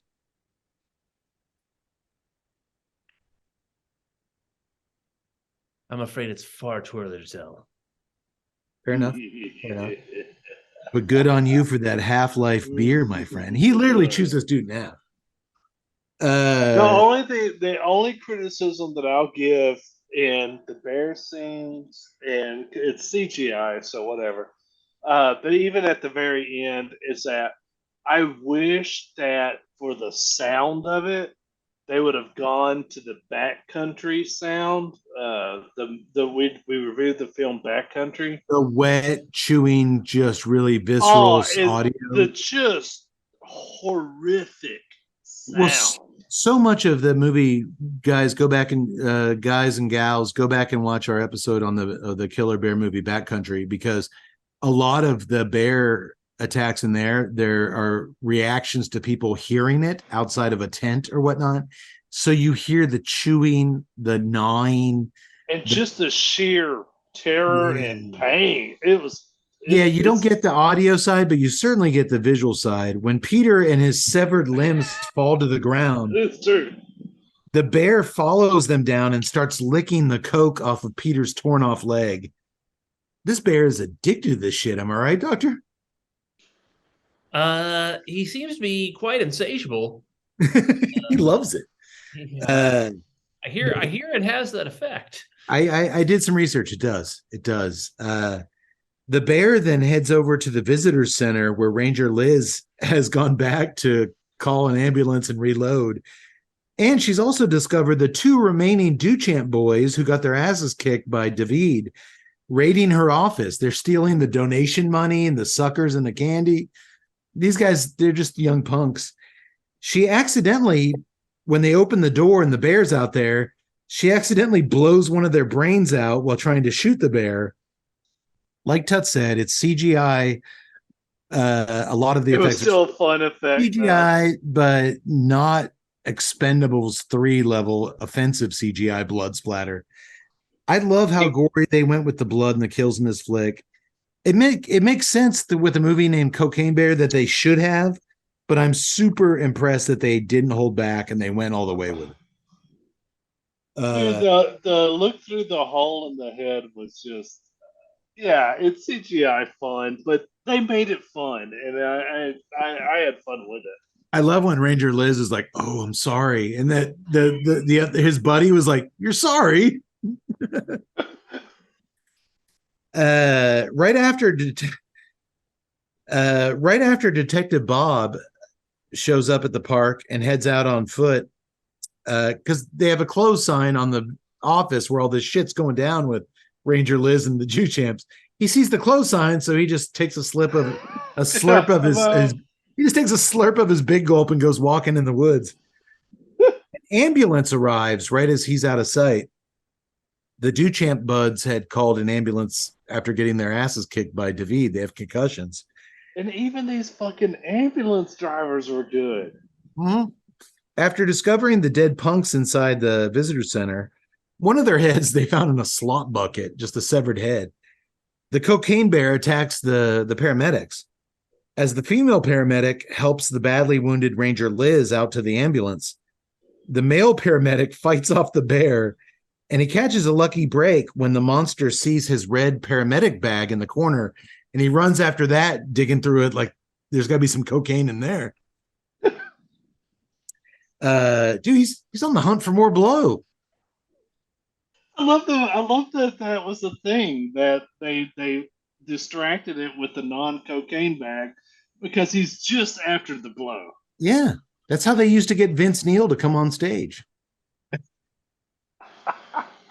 That's how they still do. They put a red duffel.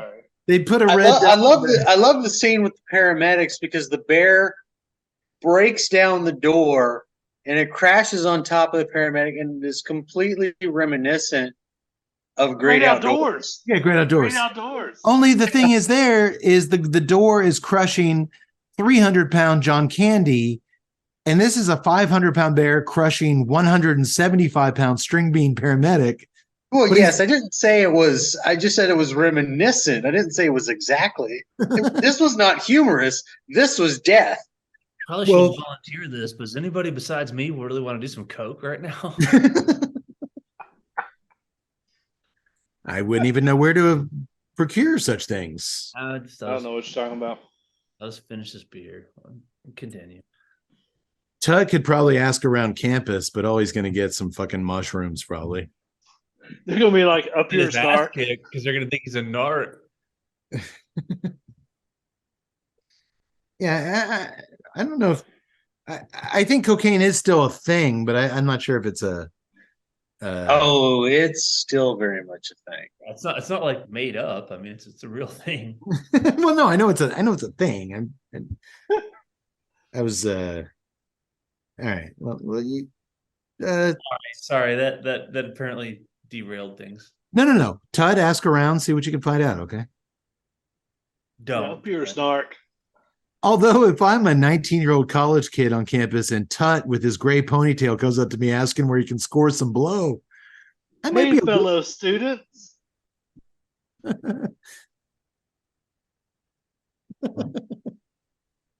You guys hear the new Spin Doctors album?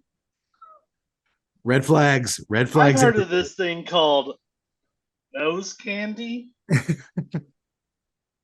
We're going to show you more footage of that guy getting eaten by the shark off the beach in Egypt. But here's a Texas State student getting beaten the shit. just beaten with fucking baseball bats. I just want blow. I just want cocaine. I toured with Travis Tritt in the 90s. Help me. Dude, then in the back corner, you see me. I'm all, I should have just gone to Whole Foods and hooked up with Robert Plant like I did. It's good stuff. Meanwhile, I'm in England at that castle with Jimmy Page getting the good shit. I had to eat a lot of beets to get this shit. So many beets. That's actually the genesis of the Go-Go song, We Got the Beat. That was written about shopping at Whole Foods with Roger Plant. Buying beets. We got the beets. That makes no sense. But I'll go with it. The producer was like, you got to lose the S. We got the beat.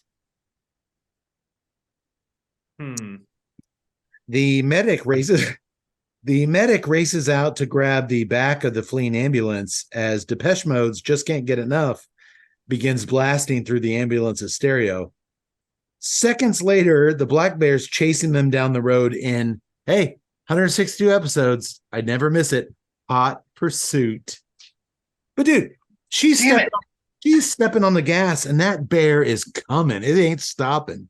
And I'm just cracking up because all I'm hearing is dun dun dun dun dun dun dun dun dun dun dun dun dun dun dun It's a dun perfect dun song. dun. That bear cannot get enough of that fucking cocaine. Tut, did you ever see Depeche Mode in concert? Yes, and we're going to see them in July. Did they play that song? Yes, I did. And I danced my tut ass off to it. I was hoping you wouldn't say that. Okay. My apologies to those who had to sit there and watch Tut do that during their. Probably score some coke at that concert, I bet. Hey, if I'm at a Depeche Mode concert and Tut's dancing to "Just Can't Get Enough," I'm looking for anything I can get my hands on.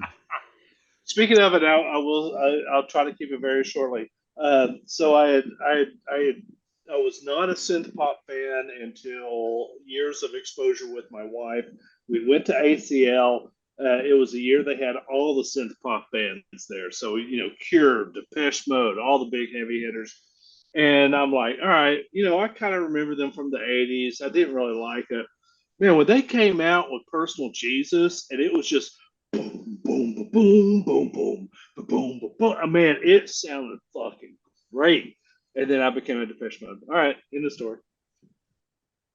There's a big difference between feeling the vibe in the crowd at Personal Jesus and Just Can't Get Enough.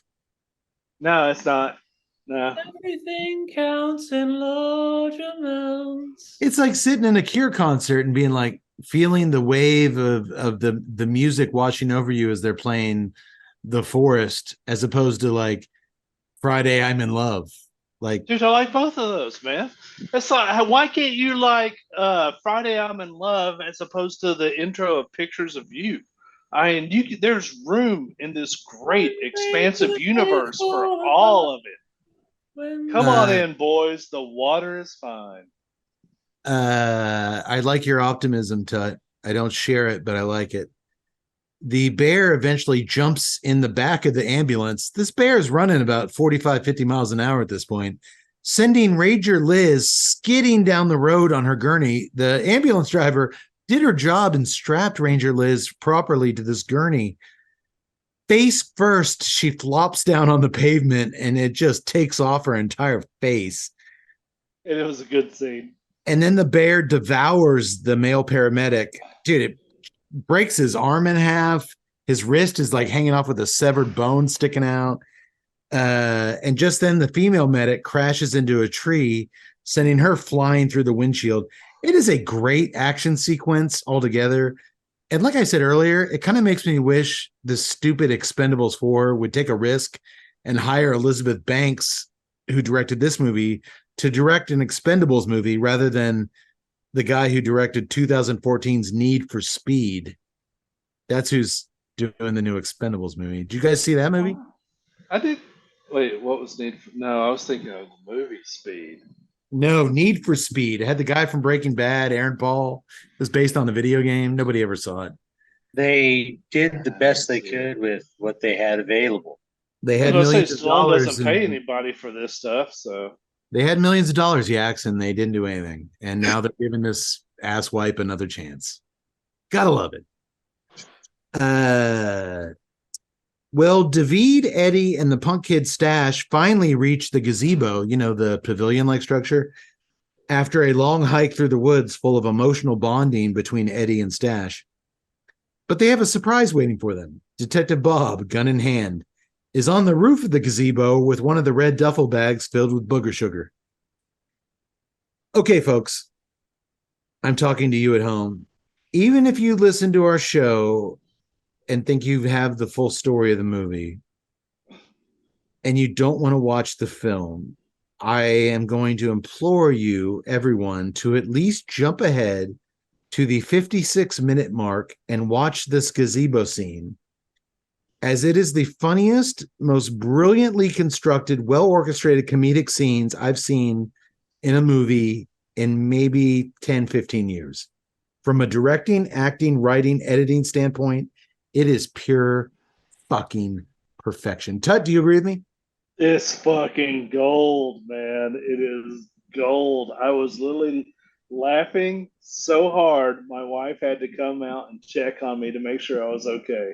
Tut recently told me he watched a comedy with his mom called 80 for 80 about Tom Brady and like some old chicks being in love with him or something.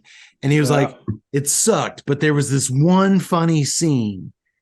I watched a movie on Netflix recently called Wine Country, which was a romantic, or not a romantic comedy. It was a comedy about 40, 50-year-old women going to wine country. And there was one goddamn funny ass scene that made me like, all right, the movie wasn't a total waste of time. Both those movies had one scene. I've got to tell my scene, please. All right, go. I'm going to grab my second cigar. Tell the boys your quick. Okay, so there's this scene in '80s for Brady, and it's a straight up old person chick flick, and but Guy Fieri's in it, and you know we love Guy Fieri here at the Tuesday Night Cigar Club, and he man, the dude does not fail to deliver. There's this one scene where Sally Fields, like 75, 76-year-old Sally Field, she's carrying this fanny pack, but she doesn't call it a fanny pack. She calls it her strap on. And she's looking for Guy Fieri. She loses her strap on, her fanny pack, and she's looking for Guy Fieri because that's she was at a wings eating contest, and that's who was last around it. So she's walking down this long line of porta potties, and it's just this really wide shot of Sally Fields walking just porta potty after porta potty after porta potty, and she's yelling out, Guy, I'm looking for my strap on. Have you seen my strap on? And all of a sudden, Guy Fieri pops out of one of these porta potties. Is like, oh, I thought you were someone else. And I fucking lost it. I'm sorry. It was the great, just that whole, oh, I thought you were someone else. Never mind. You gotta see it. It's fun. No, you don't have to see it. Just YouTube that clip because that's the only funny thing in the movie. Same with Wine Country. Bunch of Saturday Night Live alumni, Rachel Drash, Mia, Tina Fey. They're all going to Wine Country to celebrate their 50th birthdays. And I told Yak Boy, I made Yak Boy watch it actually. There's one scene where one of the chicks, a heavyset chick, they're like, hey, how'd your hip replacement go? And she's like, oh, shit. They're sitting there in this Napa wine. And she's like, oh, did you see him laughing? She's like, oh, shit. Best thing I ever did. Check this shit out. And she throws her wine glass down on the sidewalk, starts running down the sidewalk, does like a parkour run along the side of a building, and then like clicks her heels and just keeps on running down the street. And I'm watching it with my wife. I'm like, all right, no matter what this movie does or doesn't do, I'm okay. I watched it because of that one scene. That is not this movie. This movie holds its own throughout, but this gazebo scene is so special. Detective Bob trains his gun on the group from the top of the gazebo and orders David to drop his pistol and step back. Even this is funny. 5 to 10 paces. Who says that? 5 to 10 paces. Once David tosses his gun, Eddie encourages him, just do it, man. Just drop your gun. Bob throws the duffel bag down on the roof of the gazebo and tells him, stay put. I'm coming down there. But as he steps to the ledge of the roof, he hesitates. You're talking about Bob, who's like in his late 50s, early 60s. Late 50s, a little bit of a belly. Yeah. It's the absolute best because all of a sudden it's like, wow, this is really tall, man. No, I did not expect this. But instead of saying that, here's what he does. And then he steps over a little bit to the other. He shuffles over a little bit. And these guys are just staring up at him as he's making these noises. I'm just trying to find a safe spot to hop down. Stash asks him, how'd you get up there? Well, I jumped from that tree over there, but I hurt my hip a little. I seriously rewound. Dude, you guys are laughing at just me telling it. I seriously rewound Detective Bob on that roof, shuffling around, making those noises. 10 times I rewound that shit. I haven't laughed that hard at anything in so long. I loved it because I'm like, once again, when you can make that scene where it's like in the middle of whatever else is going on, that absolutely relatable incident. Yeah.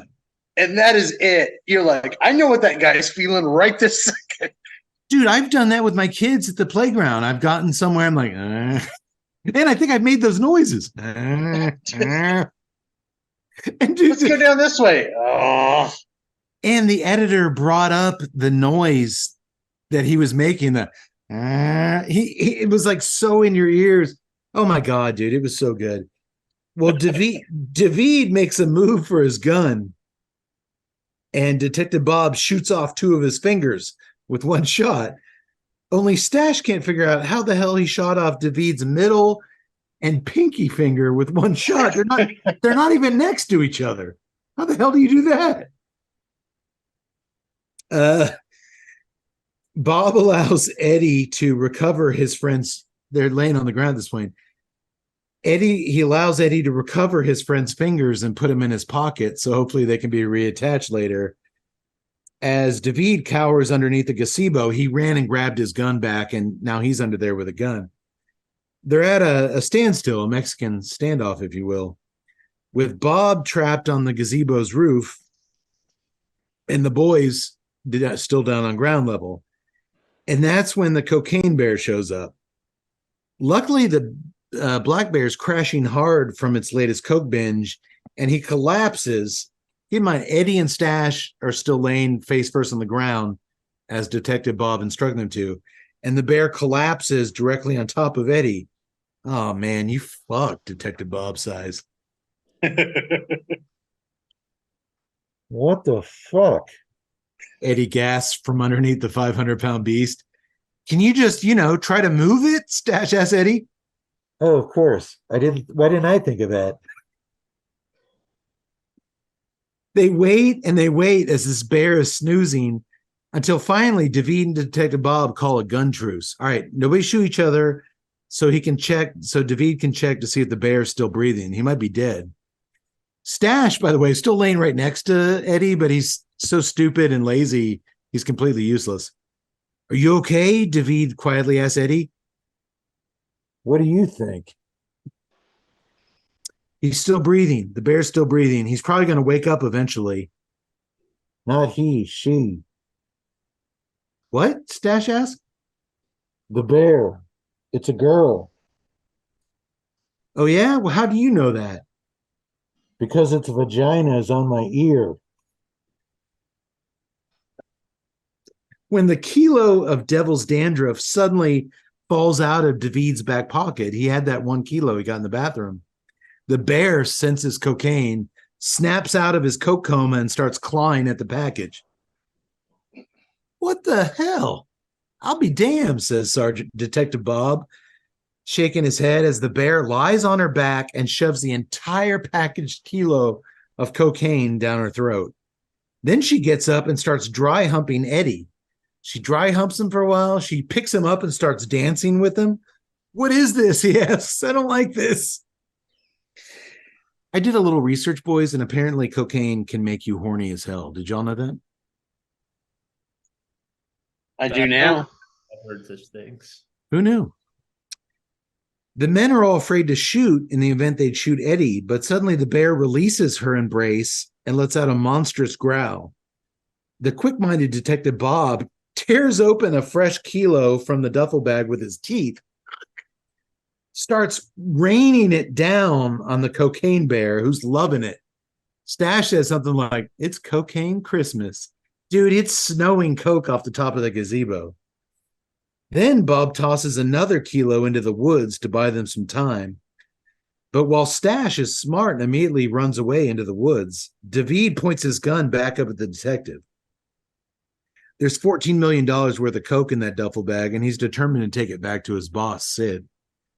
Oh, and speaking of which, just then Sid, Ray Liotta himself, pops up out of the nearby bushes and shoots Detective Bob in the gut with a high-powered rifle. David and Eddie run over to Sid. Eddie asks his dad if his young son, who he's constantly leaving with his drug smuggler father, is safe. And Sid tells him, take it easy. The boy's home watching TV in another state.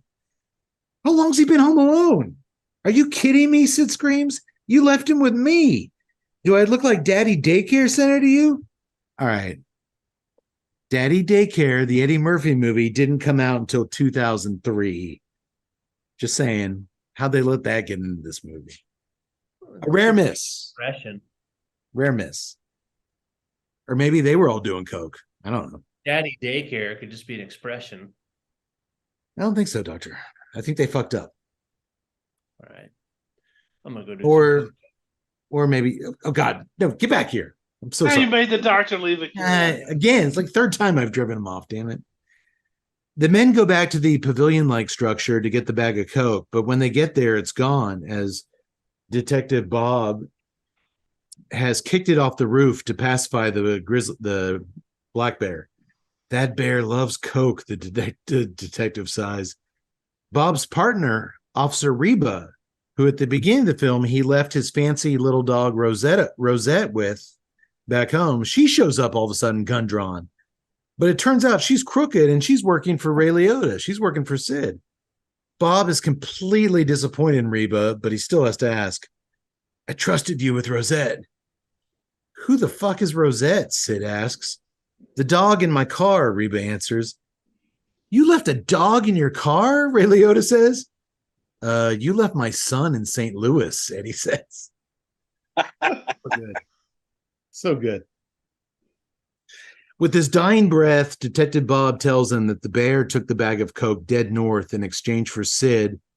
They make a deal. I'll tell you where the bear went with your coke. Sid agrees not to kill Bob's beloved dog, Rosette, later on when he gets back to the visitor center. Real quick, boys, I'm going to light up my follow-up cigar. If I can figure out how to work this thing.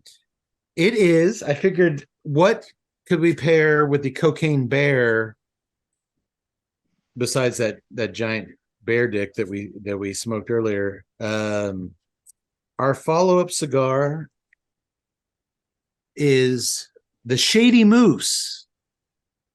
It's not a cocaine bear. It's a Shady Moose. Shady Moose. You folks on YouTube will see it. It's a chilling out moose with some sunglasses on. It is a 6x52 Toro, much more manageable size than our previous cigar. Ecuadorian. It is literally 18 pounds less than what we just had.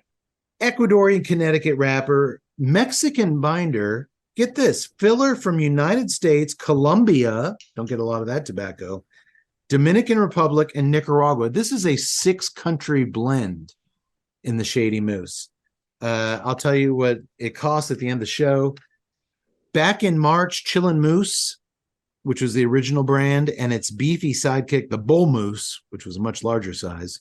I think maybe comparable to tonight's La Gloria Cubana, welcomed a Connecticut cousin, the Shady Moose, a new line of cigars made with an Ecuadorian Connecticut shade wrapper, a first time for the Chillin' Moose.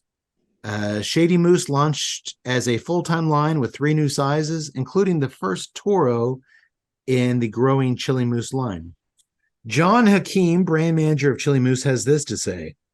With Shady Moose, we build a great anytime, anywhere blend that takes the smooth smoking properties of a Connecticut shade cigar and amps it up with the right amount of complexity and spice. And we didn't stop there. We added in the cool moose imagery and locked in an unbelievable price point. Now we're waiting for Shady Moose to take a run at the internet, just like the Bull Moose did last year. We're ready for it. The question is, he says, are you ready for it? I am ready for it. I'm ready for it. I am a fan of the Chili Moose line. It's been one of my favorite budget-friendly smokes since its initial release many moons ago. In fact, when the original company that produced it, Foundry Cigars, was shut down a few years ago, I bought 4 to 5 boxes of Chili Moose as their future was uncertain at that point. I liked it that much. They also produced a Chili Moose 2, a broadleaf version, which I did not care for, so much so I think I gave them all to you, Tut. Yeah. Didn't I give you all my Chili Moose 2s, the red label? I think you did.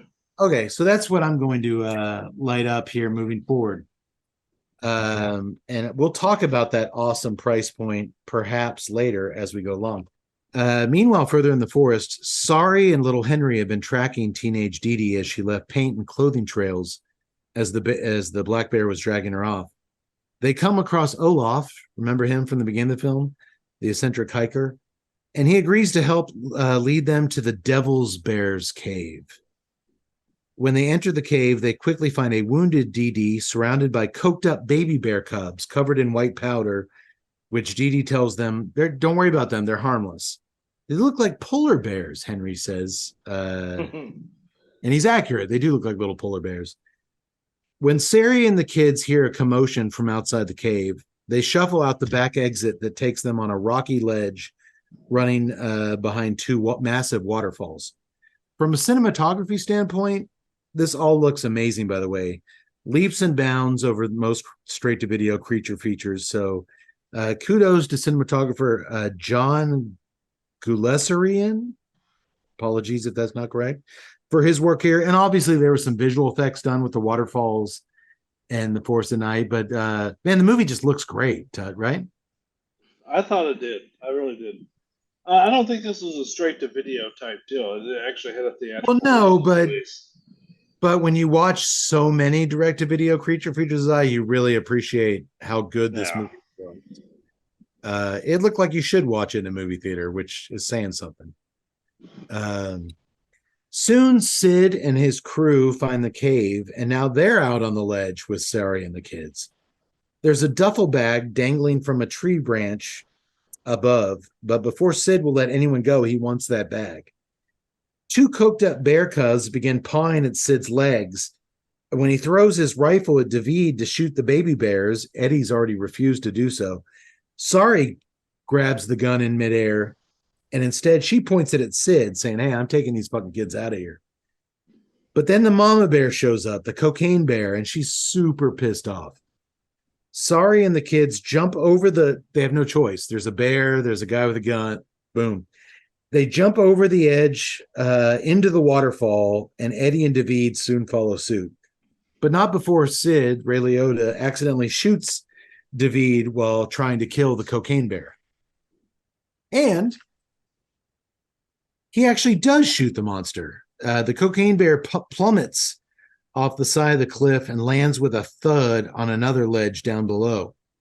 Sid tries yet again to pull the duffel bag down from above, and when he makes a little progress, a kilo falls out and it explodes against the rock, sending a white cloud straight up the unconscious cocaine bear's nose. That'll do the trick. The bear awakens, climbs back up the cliff, rips out Sid's guts, and then watches proudly as her baby bears munch down on Sid's intestines. That was good. I like the Jaws flicks. I like that the spilling cocaine awoke the beast, and never count it out.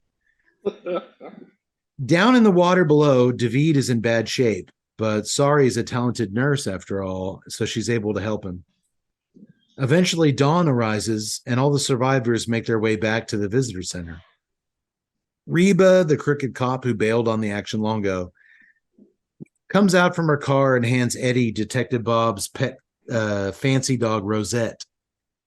It's his problem now, but he instantly takes a liking to her, and he thinks his son will like her too. If he's still alive back in St. Louis, been watching cartoons for 3 days now? He's still there. He'll be fine. He puts the tiny dog in his truck where David, the wounded David, asks him, is this dog on cocaine? No. All right. So he starts petting it. I like that. So David, Eddie, and the dog head out in their truck to get Eddie's son and start over somewhere new where the Colombian drug lords can't find them. That was Daddy Sid's big thing. Like, hey, if we don't find this cocaine, these Colombians are coming for us. So they're going to get a fresh start somewhere. As Sari and the teens make their long walk home, they pass by the overturned stretcher with a smushed face Ranger Liz under it. Don't look. Don't look. Young Dee Dee apologizes to her mother for skipping school and causing all this trouble. In fact, she says she's willing to spend the weekend in Nashville with her mom's new doctor boyfriend. After she and Henry get out of rehab, that is. Rehab, Sorry says, yeah, we're cokeheads now. I liked it. After some brief text appears on screen telling us that the bags of cocaine were never found, we jump back in the forest where the cocaine bear and her cubs are high yet again, frolicking around high as kites until some unfortunate hikers decide to get a little too close with their video cameras, and all this madness begins yet again. Oh shit, a female hiker says as the cocaine bear locks eyes with them. And then we cut to black just as the bass lines of Grandmaster Melly Mel's White Lines start to play. The end. The fucking end. At least I hope it's the end for reals.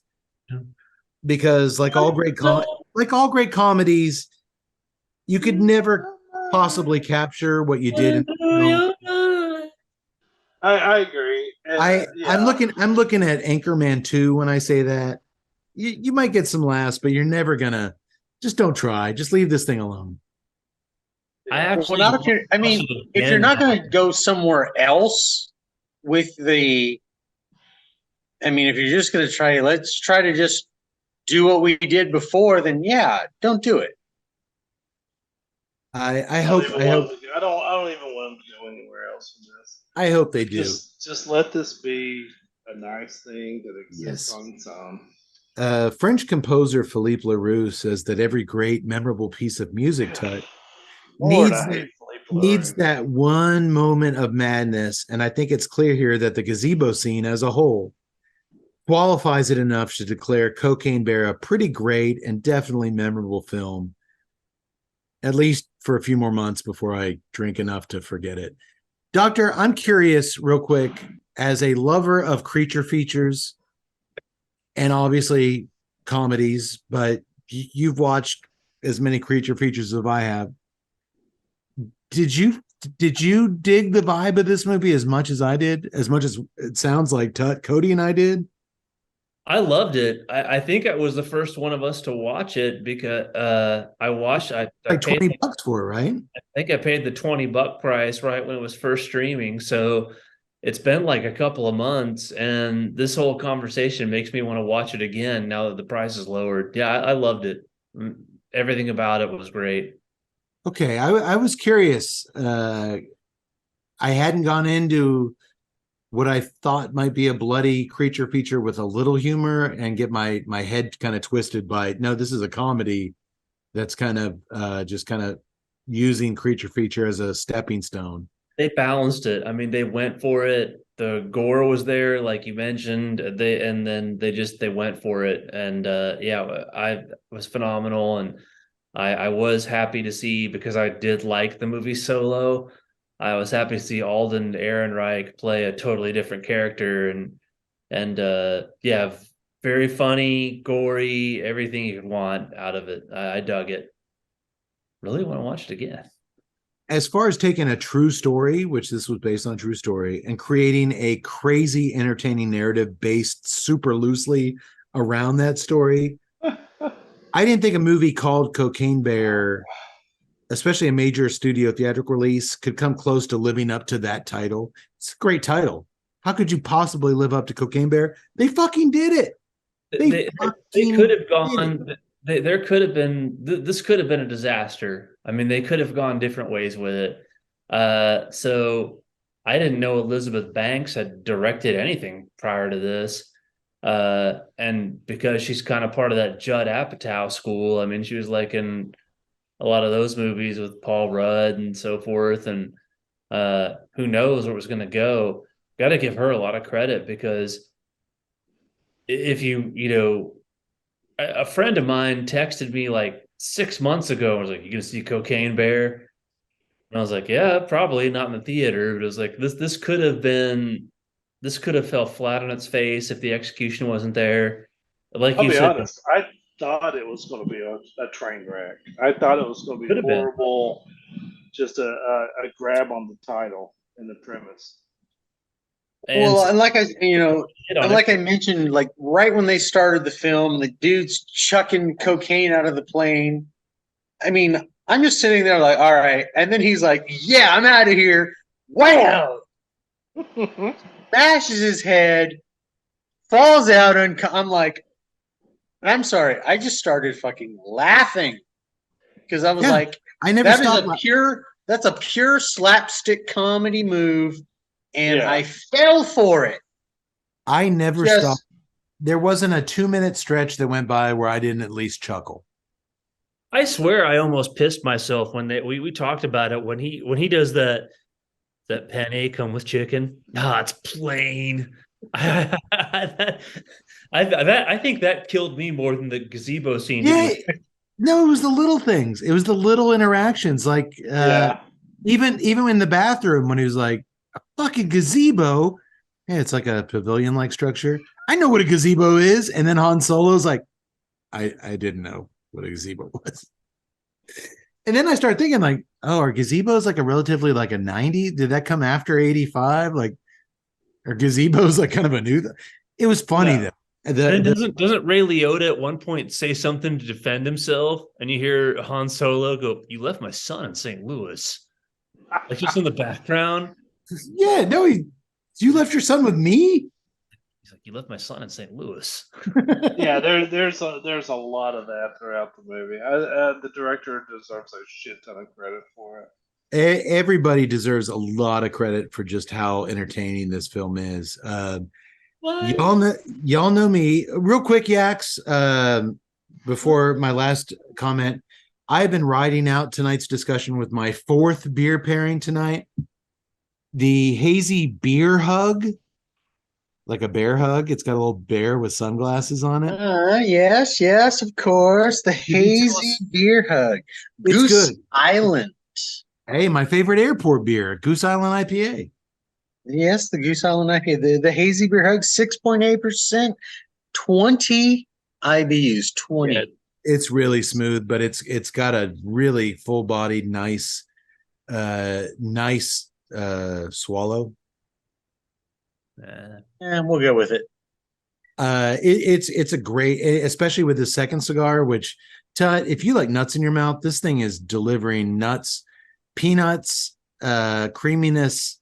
Super. I'm actually going to I've decided, since you guys didn't get a chance to light this up tonight, I'm going to review it on the website. The Shady Moose is a welcome. I lit it up. Oh, did you? Oh, I did. You getting peanuts and cream, baby? I'm getting a something, but you know. Well, perhaps if you were drinking a hazy beer hug IPA, your story would be different. It's a very smooth smoke, and for under $5, get out. It is. I've actually liked it. It's very. I mean, just by volume alone, it's not nearly as intense as our last cigar. Perfect. But it's light. It has been not transitioning much, but just the overall flavor I've liked because it has been solid. I'm about halfway through on it, and it's just a good cigar. It's creamy. It's got some cedar. It has some very creamy kind of frappuccino like flavors. It does have some peanuts. Kind of a man. I love this line of budget friendly smokes, and like I said, it is a whopping $4.99. Oh, wow. Shady Moose. Get over to famoussmokeshop.com, buy you a box of Shady Mooses. Shady Mooses? Mooses. They don't do meese as in geese. They don't do meese. It's moose. Mooses. Shady Mooses, and use promo code TNCC20 to get $20 off. You can buy like 2 boxes of these bad boys and drop the promo code. Get out of there for under $100. This is a really good, smooth budget stick. I actually like this incredibly well. I'm not so much for the moose with the sunglasses on, but whatever. You can take the band off and smoke it like a regular cigar. My last thought: a cocaine moose. What is the sequel right there? What is perfect the moose coming out? Y'all know me and my beloved Tubi streaming service. Well, there is a movie on there right now called Cocaine Shark, which came out about 6 months after Cocaine Bear. So I had to watch. I had to watch that shit. It's shot for pennies, super low budget. The cocaine shark itself is claymation. It's not CGI. It's stop motion claymation. Did they resurrect Harryhausen to do this? No, it would be much more better if they had. Oh, Despite those awesome qualities I just mentioned, I gave up on it after about 15 minutes. And that's bad because I've watched Maneater with Trace Atkins, the shark movie, country western music superstar Trace Atkins, 3 fucking times now. yeah, And I gave up on Cocaine Shark after 50. It's a goddamn shark. Coked up as nose candy and it ate my goddamn daughter. If only they melded those two together. That bear's done a bunch of fucking cocaine. I'm gonna kill that motherfucker. He ate my daughter. He should have been. That's actually the only thing that could have made Cocaine Bear better, is if Trace Atkins showed up. So yeah, you might want to skip Cocaine Shark on Tubi, but watch Maneater on Hulu. Have you watched it 3 times now? It's about a goddamn man-eating shark that eats some goddamn kids, and I'm fucking pissed about it. Nobody's fished these goddamn waters more than you and me. But how would they have directed him in the forest? Just turn left at the falls. There's 50 waterfalls there. Take a right. You'll know the falls. No one's fished these falls more than you and me. There's a tree covered with moss. Take a left. I know it. I know that terrain. You're going to come across a chipmunk with a square look in his eye. You look him back and you take a hard right and then a left. And then you'll find the cocaine chipmunk. I know exactly the spot you're talking about. Tuck, give us some links. It's Instagram at TNCCcast. Hit us at I guess Twitter at TNCC_podcast. Join us on Facebook, Tuesday Night Cigar Club. Hit us up on YouTube, Tuesday Night Cigar Club.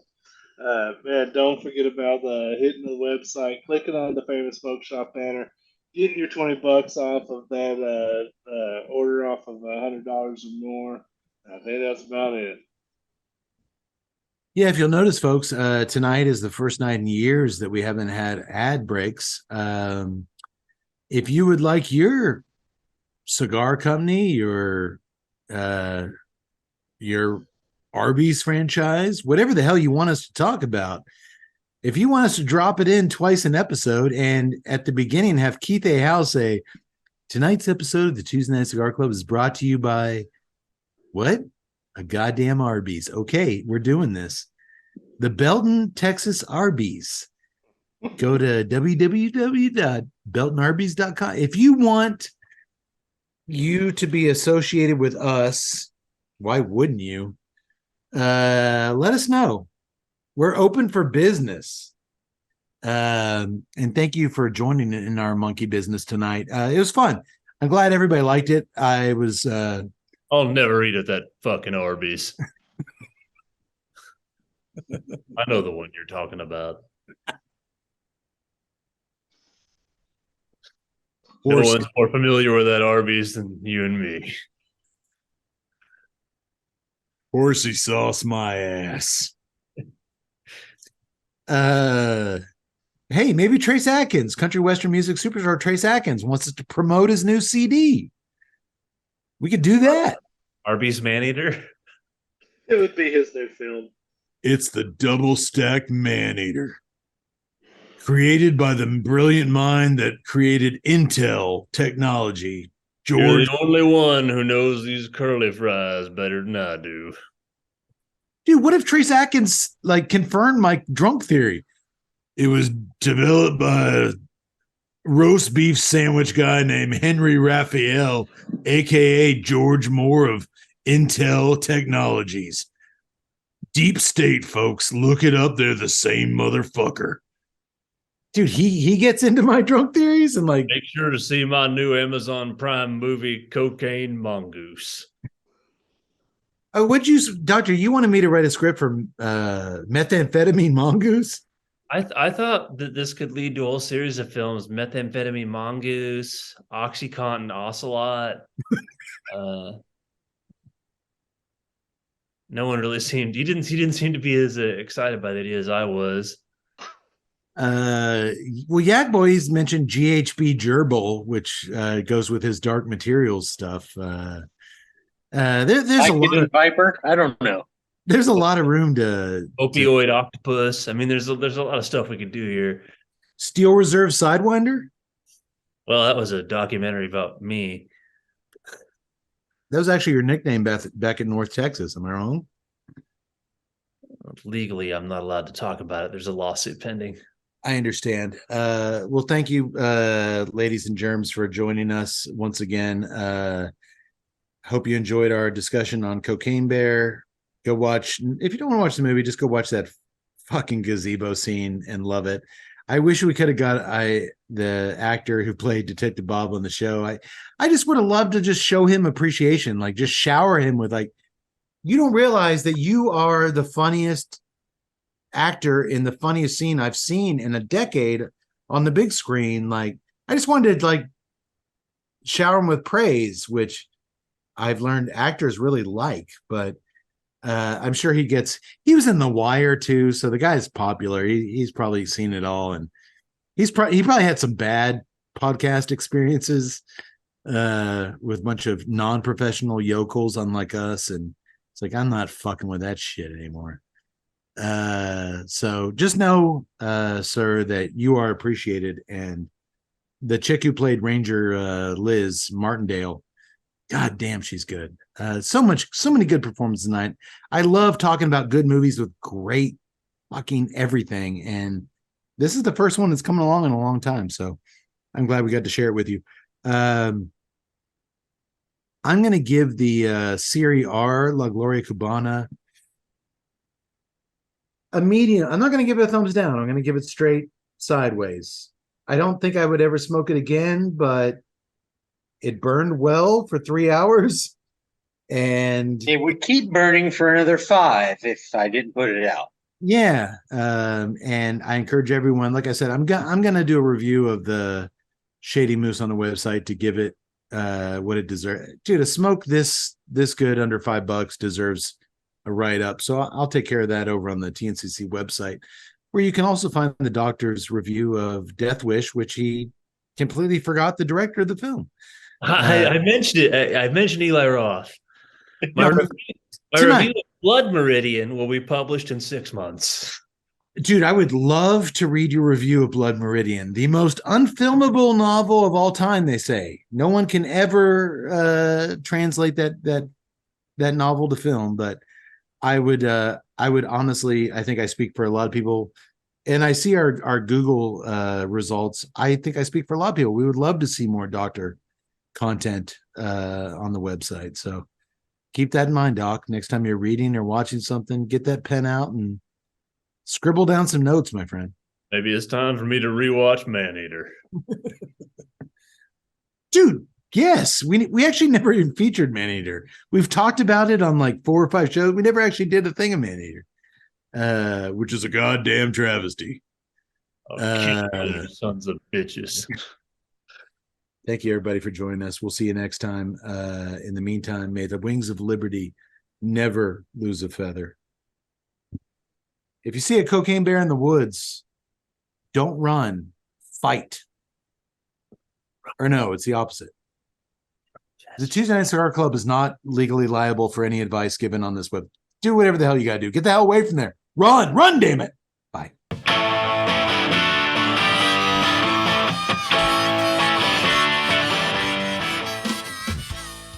To learn more about the time I had my own encounter with a ravenous beast while snorkeling off the Barbary Coast, please read my new Nature's Run-Amok adventure novel titled Meth Head Manatee by Keith A. Howell. You see, manatees are usually very docile, peaceful creatures, and this one, oh boy, he was fucking crazy. But after a few hours, just hanging out, he mellowed, we became friends. possibly more than friends, and yada yada yada. I was soon asked very sternly to leave Drambuie and never return again. What a bunch of assholes. I mean, never return again. It was the first time I'd ever fucking been there, so I'd never actually returned. And they had the audacity and the bad grammar to say never return again. They could have said never visit again or never return. But never return again? No. They're just a bunch of fucking assholes. They're like, anywho. To learn more about the cigars enjoyed on tonight's episode, please visit cigarworld.com. For more on O'Brien's Irish Pub, the live music leader in Central Texas, please visit o'brienstemple.com and download their free smartphone app, where you'll find full beer listings including over 40 on tap, menu information, and a calendar of upcoming live events. To listen and purchase music heard on tonight's program, check out www.fritzbeermusic.com. Thank you for listening to the Tuesday Night Cigar Club podcast. This is Keith A. Howell saying until next time, friends, unless we see you sooner at the pub. So keep it smoky, and for God's sake, keep it ballsy as well.